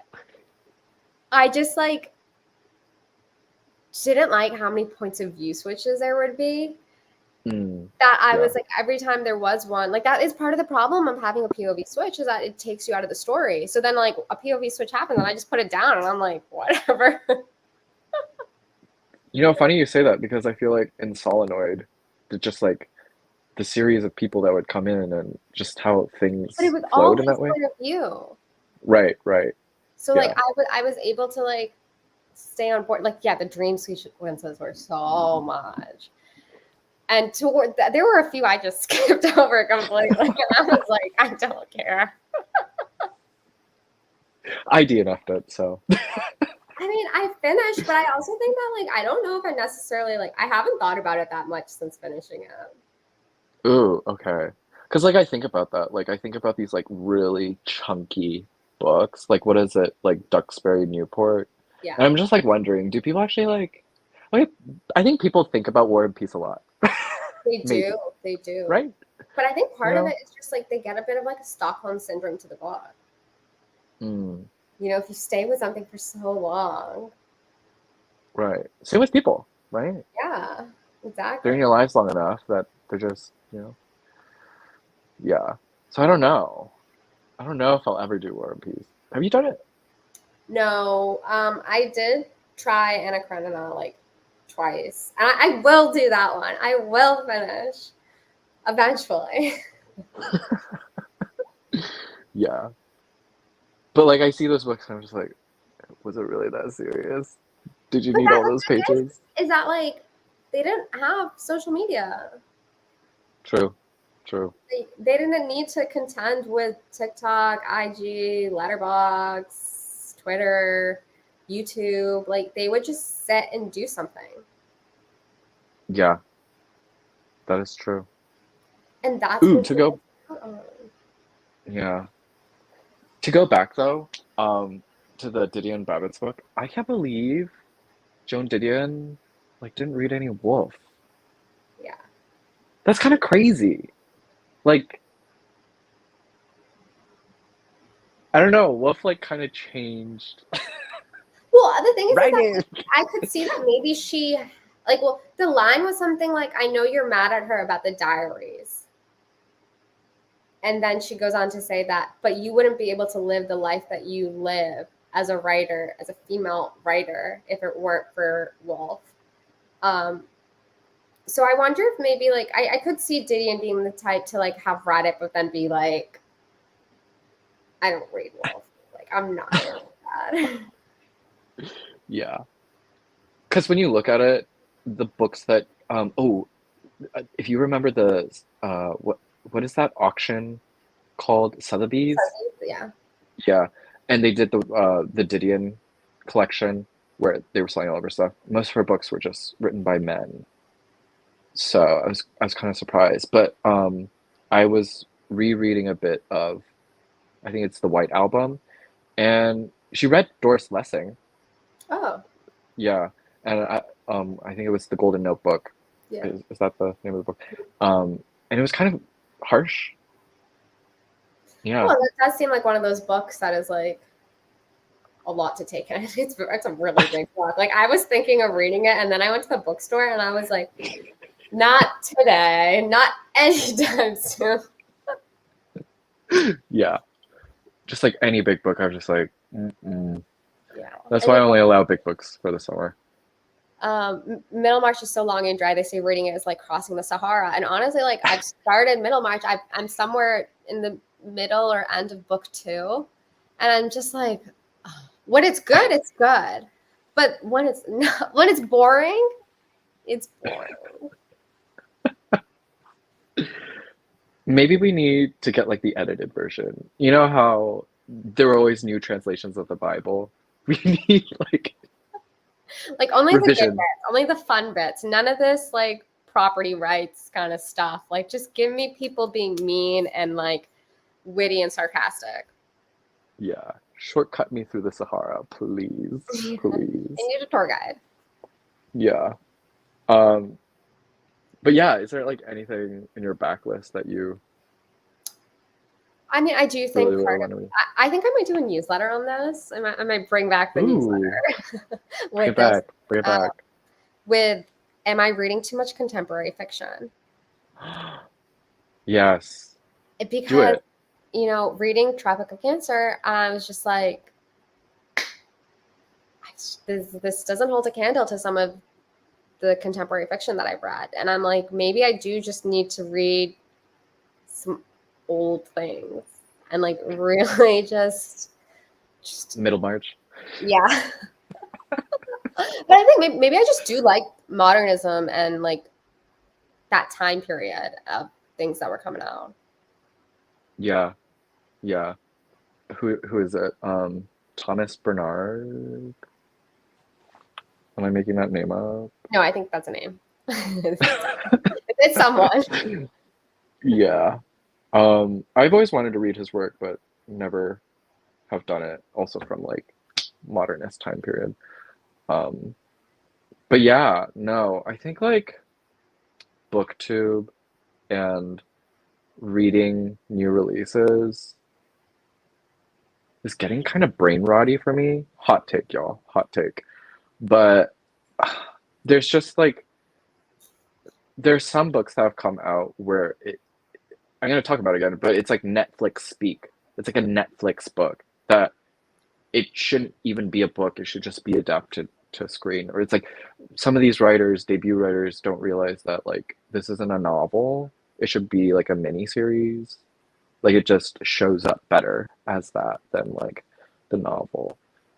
Um, and yeah, I think that's why I've been watching a lot of like backlist films because I'm not really content with what's being put out Well, yeah, recently. a lot of the films, and I say this as someone who doesn't watch a lot of films, but I love to watch a trailer.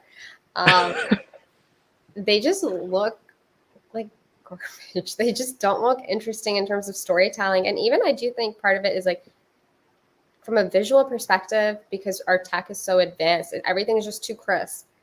And it's not as nice to watch. And it's like Yeah. interesting to see. Like one of the films that I did watch this month is Party Girl. Ooh. Yeah, which is like, it actually made me cry, which is so wild because it's like it's not sad at all. Yeah. Wait. What?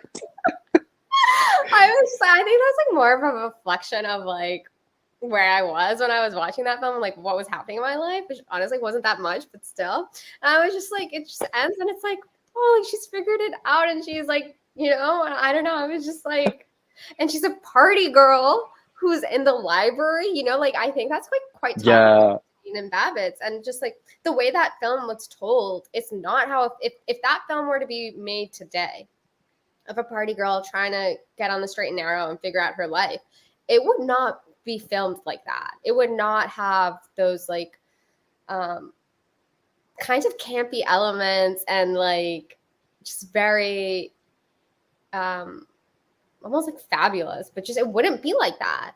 They would not show us the film in such an individualistic way. It would just be so like boring. They would take the life out of it. Yeah, there's a scene where she's talking to the oh, what does she doesn't have a kebab. What does she have? But she's talking to the guy with the cart. Yeah. Is it shawarma? What does she have? Oh, the gyro, I think maybe, and she would get like a Is it seltzer gyro? and like something else. Baba ganoush, seltzer, and like something else, the main thing. Yeah.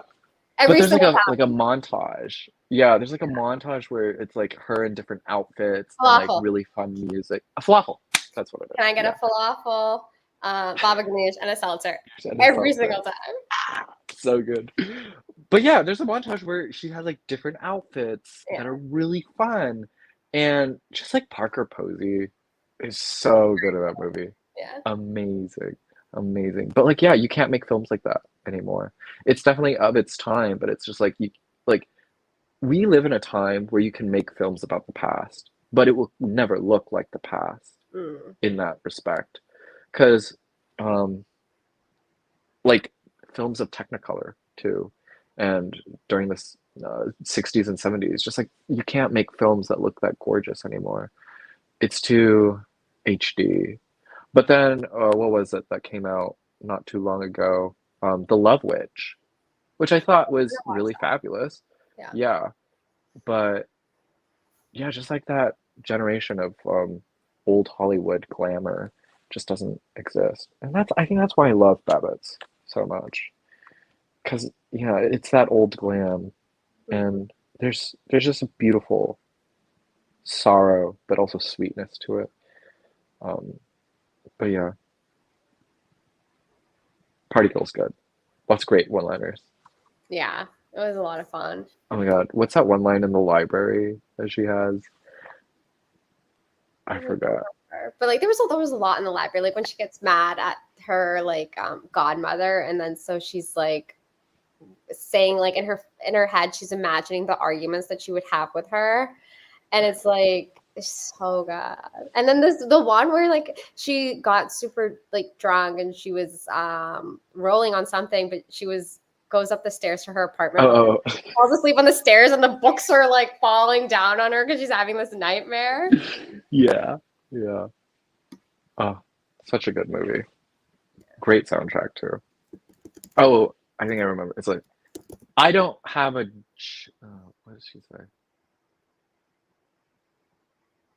It's like, I don't have a job. I'm a loser. Shoot me, or something like that. Anyway, but great writing in that film. She was talking, and I was like, because then she said something where she's like, "I'm 24. Her birthday's she's gonna turn 25," and I was like, "Oh my gosh! Like I thought you were." Yeah. Like, what am I doing with my life? No, I get it. I did get like a bit. Yeah, I get it. Yeah.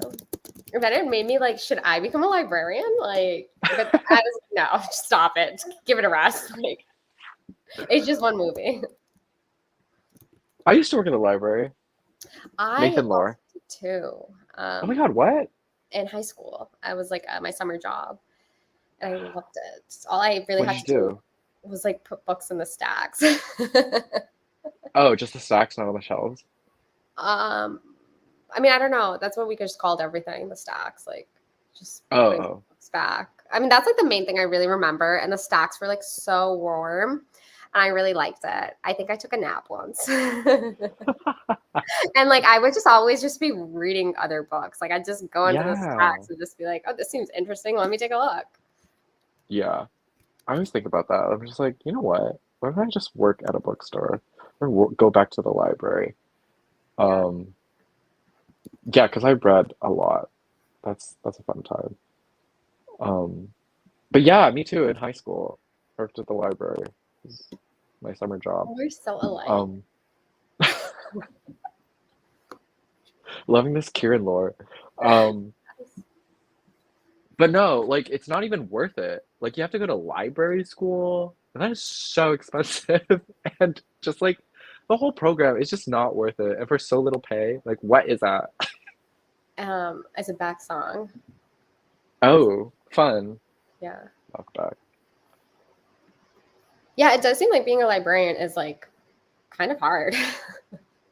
Like you do Yeah. have to know things, and like someone asks you a question and you need to direct them to like more resources and that kind of stuff. And like a part of the film when her godmother is like testing her, she was like, oh, you helped this person, how did you help them? And she's like, well, I did this and I went to here and then I did this. And they're like, whoa, good job. Yeah. It's possible for us. We can do it. We can make it. We can be who we want to Yeah. be. Yeah. Does anyone have any questions? I can't see any of the comments though, Oh, you unless can? you like. Oh, I'm so No, able to. I can only see them if you like put them up on the screen, but I Oh, can't like. I this is don't the see last anyone. comment we've had. So Oh, okay, okay, fun. But yeah, if anyone has any book questions, who's watching? yeah, there's Who's people here. here? There's people here. Oh, hello everybody. Yeah, we have at least 15 people here. And like people have been in and Crazy, out. crazy. Uh, Yeah, but if anyone has book questions, anything general, be happy to answer. yeah. Reading this, I think I'm gonna try and make the case that it's about Babbitts, but I don't think it is. If we But believe enough, it is. right, I think we can make the case. But Steve Martin is not a good writer, just to let you know. Oh, that's not good. Yeah, but it's definitely for its time. There's this like weird grays period during the 2000s where everything was kind of like lackluster, pale, and kind of boring in that like middle America suburban kind of way. Hmm. And that's what this book is. It has that vibe. Like think lazing around at a mall Oh, I mean, I like to do kind of that. thing. Oh, Yeah. It's about this girl who works at Neiman Marcus. oh, okay. That's fun. Yeah. That's interesting that like, is this the only novel he's written? I think he's had 2 or 3 other novels. Hmm. But yeah. And he did a film too of this, so yeah, that's a thing. Like you have to go to library school. That costs a lot of money. And then the pay. It's not good pay. And it's also a lot of work because I once had to do like an educational class for um, the elderly who didn't know how to use Microsoft Word or like Google as a search engine. So I had to teach them how to do that. And yeah, it's like a lot of time, patience, a lot of learning, a Because lot of there's a lot of knowing. like community things too. Like you're Yeah, not just directing people to books, like you're helping foster community and like helping people in the community. And I think that was like one of the quotes that the librarian says, where she was just like, we do so much and like you don't understand the position that we're in. And I was like, wow. and what year was that? And we're Like, still facing the same problems. yes. Frank has a question. I haven't read Tomorrow. Have you? No, I think I might do it eventually. I'm just waiting for it to just fall in my lap at like a dollar bin. Yeah. I mean, I'm sure it will eventually. Like a Yeah, lot of people got that book. yeah. But I've heard good things about it. Um, you know what the thing is? I just don't like the cover. It's too flashy for me. It is flashy, yeah. I mean, it's of its time. Yeah. Um, I'll eventually get to it. Oh, I did Yellowface. Did you do Yellowface? Yeah, I did Yellowface. That's what I think about tomorrow. Tomorrow. It's just this fun book, Yeah, right? Yeah, I can see that. yeah. Oh, what other movies did you watch? I don't watch that many. I watched let's see, I watched In the Mood for Love, and Ooh, that was a good film. Like it did take me like 2 days to watch it because I don't know, I have to do something. So it took me 2 days to watch it. But I did think like it was a beautiful film. It was really good. And but then the thing is that like, and this might maybe be partially why I'm like, I don't know if Letterboxd is for me. I went because I wanted to see what people were saying about it. I wanted to see the good and I wanted to see the bad. So I looked at what the 1-star reviews were, and they were just like, is it the so same problem with like Goodreads? kind of, yeah. There was a lot of like the one-liners and the kind of like is this what straight people do, or like, and I was just like, I think you could still have a film about this kind of yearning and desire and like questioning like morality if it was like two gay guys. Like it could still like, yeah, I just felt like a lot of them were very like lacking in nuance and just so like one note, and I was like, this is art. Like I Yeah, was like, I don't know if I can just be on this platform like if you're just gonna be dropping these one liners. yeah. I'm not a big fan of the one-liners unless it's like actually funny, but it is very much Twittery or X. But yeah, but there's like some good people who write really Oh, I bet. full-length Yeah, stuff. yeah. I mean, your Yeah. reviews are good. Like, I do like click on them when you have the link, and I see what you're up to. But I'm just I like, just want more people using Letterboxd. I want more good writers. I just like, I do think like the long reviews, like I appreciate that, and I mean, I do think that's like there are good reviews on Goodreads as well, where people like really passionate about it, and even like YouTube, like where you can see someone's actually engaging with the work, and that's what I like. But I think sometimes you can just get bogged down, or the one liners pop up a bit too much, and so then it feels demoralizing. Yeah, yeah. This is why long form content Hmm. is the best of the best. Frank worked at a Yeah. bookstore, sorry, library. Um, yeah, a graduate degree. It's a lot. It's a lot of money. And Frank also adds, Yellowface was a disappointment for me. Yeah, I wanted to wait outside the hype and just like see what it was, but and it was fine. It was fun. It's all it really needed to be. Yeah. It wasn't as like it made a lot of people mad when it first came out. A lot of people were like raging about it. But a lot of like people were saying good, like fun stuff about it. I was just like, what is this hype about? This is why everyone should also read outside of the hype. It's healthy. Yeah. And I do think that part of like reading Backlist would help that. Like, Yeah, you can just take the book as it is. most definitely. I try to do like an even like new releases and then like some backlist stuff just to make sure I'm in tempo and rhythm of everything. Yeah. But Makes sense. yeah, and also a lot more careful about my Netgalley picks.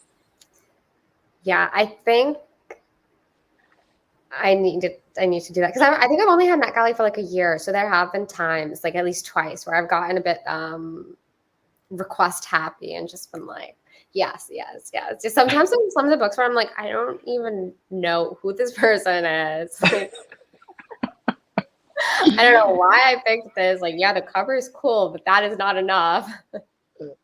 Oh, me last year straight up. Oh my God, this cover looks so cool. I don't even know what it's about. Thank you, Frank. You've been great. Thanks for watching. Yes. Go read Babitz and Didion. Yes. Or not. Yeah. Oh, do we have any Babbitt stands? I'm wondering. Like we talked a lot about Didion, but anyone else stan Babbitts? Like Babbitts?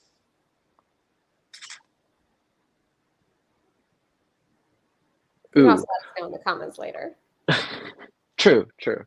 Right, it's allowed. Um, but yeah, also reason why I've been watching a lot of Backlist movies because I just everything just looked better back Yeah. then. Yeah, styling too. Even for like the regular like 80s rom-com film, I'm just like some of the outfits that Diane Keaton has worn. Oh my God, Well, I think I was amazing. reading, I don't remember what someone had interviewed a costume stylist or like pulled a quote that she had said in one of their Substacks. Um, but a lot of that, like the clothes that do look the best on someone, it's because they've been tailored to their body. And tailoring is Mm, so important and so big. yeah, especially during like the 40s and 50s and like even film noir, like everything. Or, I forgot what her name is, but Edna Mode from The Incredibles Yeah, yeah, is yeah. based off of is I think it's Edith Head is a Yeah, big Hollywood costumer. she Oh is. my God, glam, Yeah. so beautiful. Yeah. And we have, Ooh, for Babbitt's book. yeah. Nice, nice. Let us know which ones. What was your favorite? Also. Yeah, yeah. I yeah. I already talked to you about this, but I really want to read I Used to Be Charming, Yeah. the NYRB. But who the fuck put a foot on the cover of a book? It's a foot splashing in water. Yeah, Who it's else really up picked close that and up? personal. Yeah. Who approved that? I want to know. That is so rude. Ugh. I'm just like, who is in charge of deciding on the covers of books? Well, especially the NYRB books because like they're always so Do you like the format of them? sometimes I think the font I don't love the font on some of them. But do you like the square title of the book in the Oh, middle? no, not really. But I do think sometimes like the paintings that they pick are like really beautiful and sometimes they're really ugly. Like Nothing But the Night. I'm gonna look that one up. Yeah, I was thinking of doing this series of like judging a book by its cover, but like my favorite publishers and their like cover designs and choices. What did you say? Nothing of the Night? Nothing But the Night, the Oh, Williams nothing. John Oh, Williams. oh, oh, yeah. I need to read more John Williams. Stoners like everywhere Yeah. You on have like my TikTok FYP. yeah. I've read it. It's good. I really liked it. John Williams. I haven't read What is Stoner yet. this called?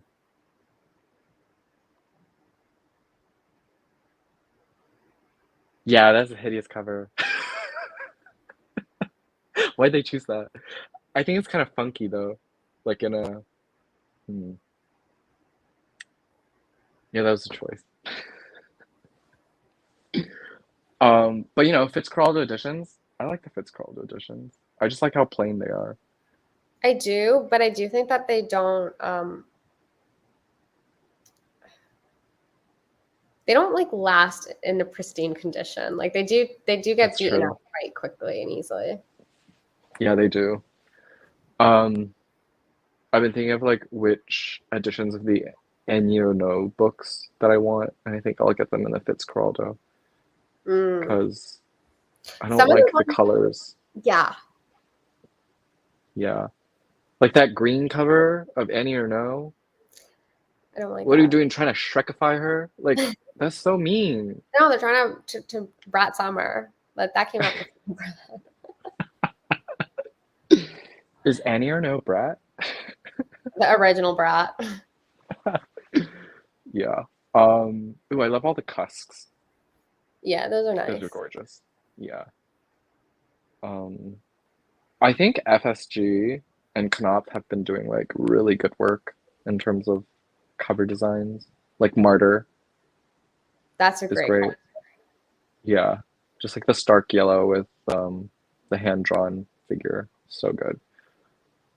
Um, FSG does fun stuff. Um,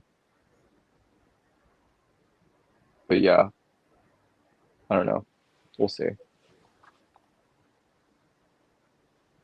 Oh, what's in your queue for August in terms of movies slash books? I don't know. I mean, like I do have a list. And like the list are like lots of films that have been on the radar to watch. But I think I'm gonna like try to aim. Like I need to. Today's the day. I have so much ahead of me. Um, I like need to make a list and think of films that are less than an hour and 30 minutes. Like I think if I were to pick more films that are like Godland, which is like 2 hours and 30 minutes, and just like I won't manage to even finish one film at that rate. Like, but I do. I Yeah. kind of feel like maybe like I should do something like theme related. I think that would Ooh, be yeah. like a fun challenge to like either look at films that part of the one of the reasons why I picked Party Girl was because it's a film that has really great styling. So I was like, maybe I like pick films that have really strong fashion, and that was an idea. But then I'm like, I don't know. There's so many films. No, my friend and I do this thing where we choose a theme for the month and then we watch movies based on that theme, like different movies, and then we both watch it and then like talk about it later, talk about the films later. So that could be a good idea, like thematic viewings. Yes, but I decided on a film every other day or to watch 15 by the I'm really digging a hole for myself because I really like I'm sad like I'm doing this. So it's the kind of thing where it's like, are you gonna do what you said you were gonna do? Like, are you gonna follow your word? Is your word worth trusting? And it's like, yeah, like if I want my word to mean something, I gotta watch 15 films this month, like part of next month, August, but tomorrow, starting tomorrow. Oh, have you filmed your wrap up yet? Like how do you do these videos? Are they do you have like scheduled in advance? Are they No, I mean I tried to film them like ideally when life is good. I'll film it what I'm most likely thinking is I'll film it August 1st, so tomorrow. I'll film my wrap up. And when life is good, I film them closer to the beginning of the month. But sometimes things get busy and it's like the 14th and you're like, "Oh, I should really do that." So yeah, how about you? yeah, halfway through? I'm still like reading. Like what if I finish a book within like Exactly, the exactly. next Like so I'm probably gonna finish Orbital, so I can't like I yeah, gotta do it tomorrow. could end up in the wrap up. But for the vlogs I schedule them out, but for wrap ups I pretty much try and put them out the first week of the new month. Yeah. So yeah, just all that discipline. Oh yeah, like today I filmed my favorites, July favorites video. Yeah, I just have to edit it now. Can you But give us a spoiler? Let us know what one of the favorites was. This is um content that people are getting in advance. This is what you get oh yes. watching the live right now. You get some You behind the get scenes. exclusive Yes, content. exclusives. That's a word. But of course, y'all, remember we have newsletters. Please Yes, subscribe to our news. yes. And Nathan has a Kiran Blackwell. actually has Fab. Oh yeah, I have a Blackwell's affiliate. Thank you to everyone who used it. It's amazing. I actually like Blackwell's a lot. I don't think a lot of people use bookshop.org Oh, because that's what a you lot. used first, right? Yeah, Or I was an affiliate for them for a long time, but no one used the affiliate link.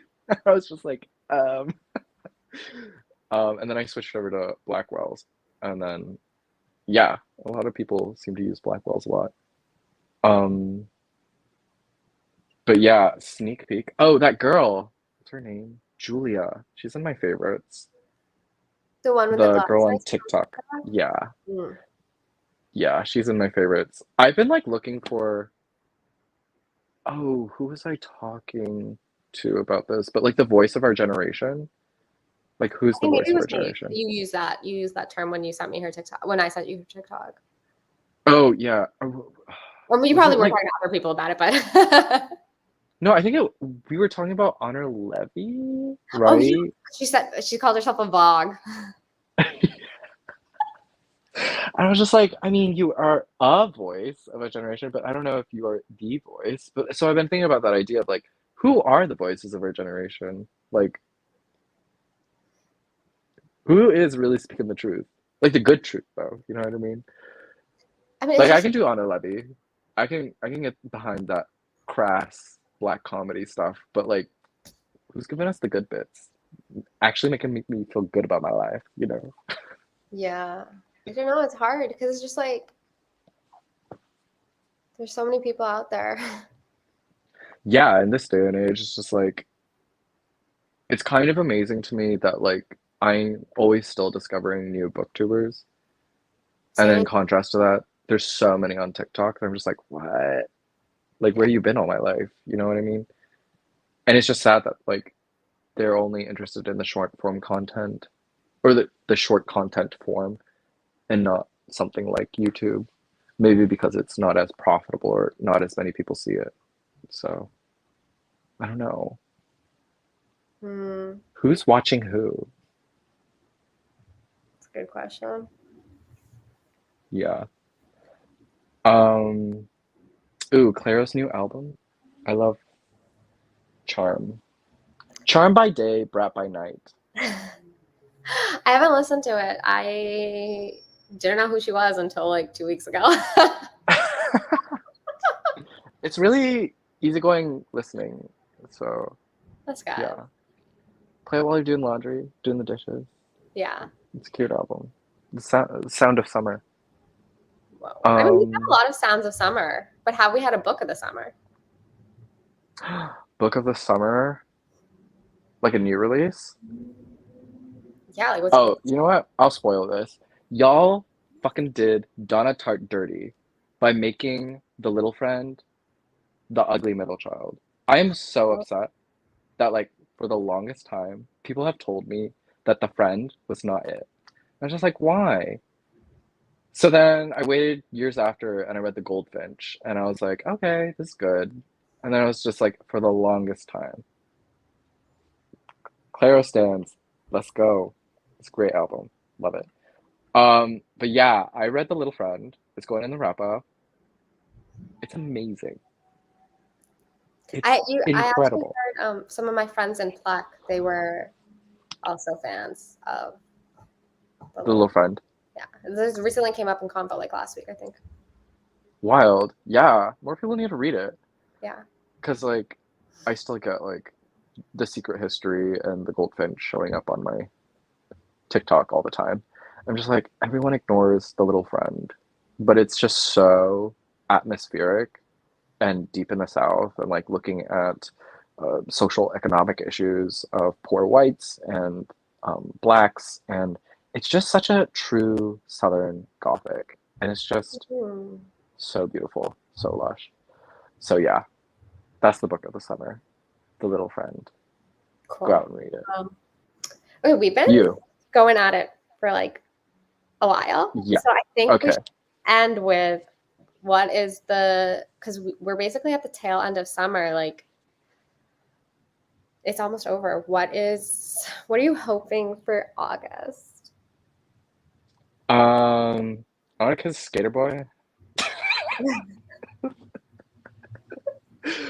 If we're being completely honest, that's in my that's gonna be in my video, but that For exclusives, yeah. sneak peeks. Um yeah, I don't know. I just the whole theme for August for me will be laissez-faire, just like keeping it easy going, let it go, let it flow, and not taking anything so seriously. Party girl, Hedonism. yeah, hedonism. But like, respectable hedonism. Yeah, yeah. Yeah. What about you? I'm looking to lock in. I gotta watch 15 films. I gotta stand on business.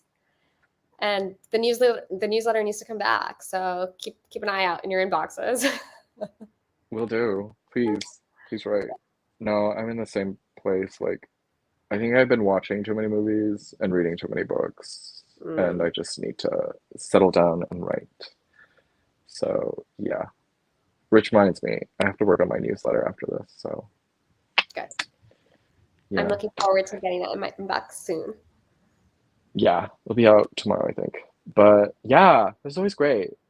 Yes. Thank you to everyone who joined. And yeah, let us know if you read Didion and Babbits. I want to hear Go people's into all of it again. thoughts. Yeah, So let's talk. yeah. Everyone, talk it up, because curious to hear your thoughts. It's a very buzzy book, the first of its nature when we're looking at Babbits and Didion together. So yeah, let us know. And let us know which team you're on. Team Babbits or Team Didion? We love you too. Yes. I'm going to read Run River for August. That's a perfect summer book. Yes, Yes. that's a summer book. Yeah. Yes. Okay, well, So. thank you guys all. Thank you, thank you, thank you.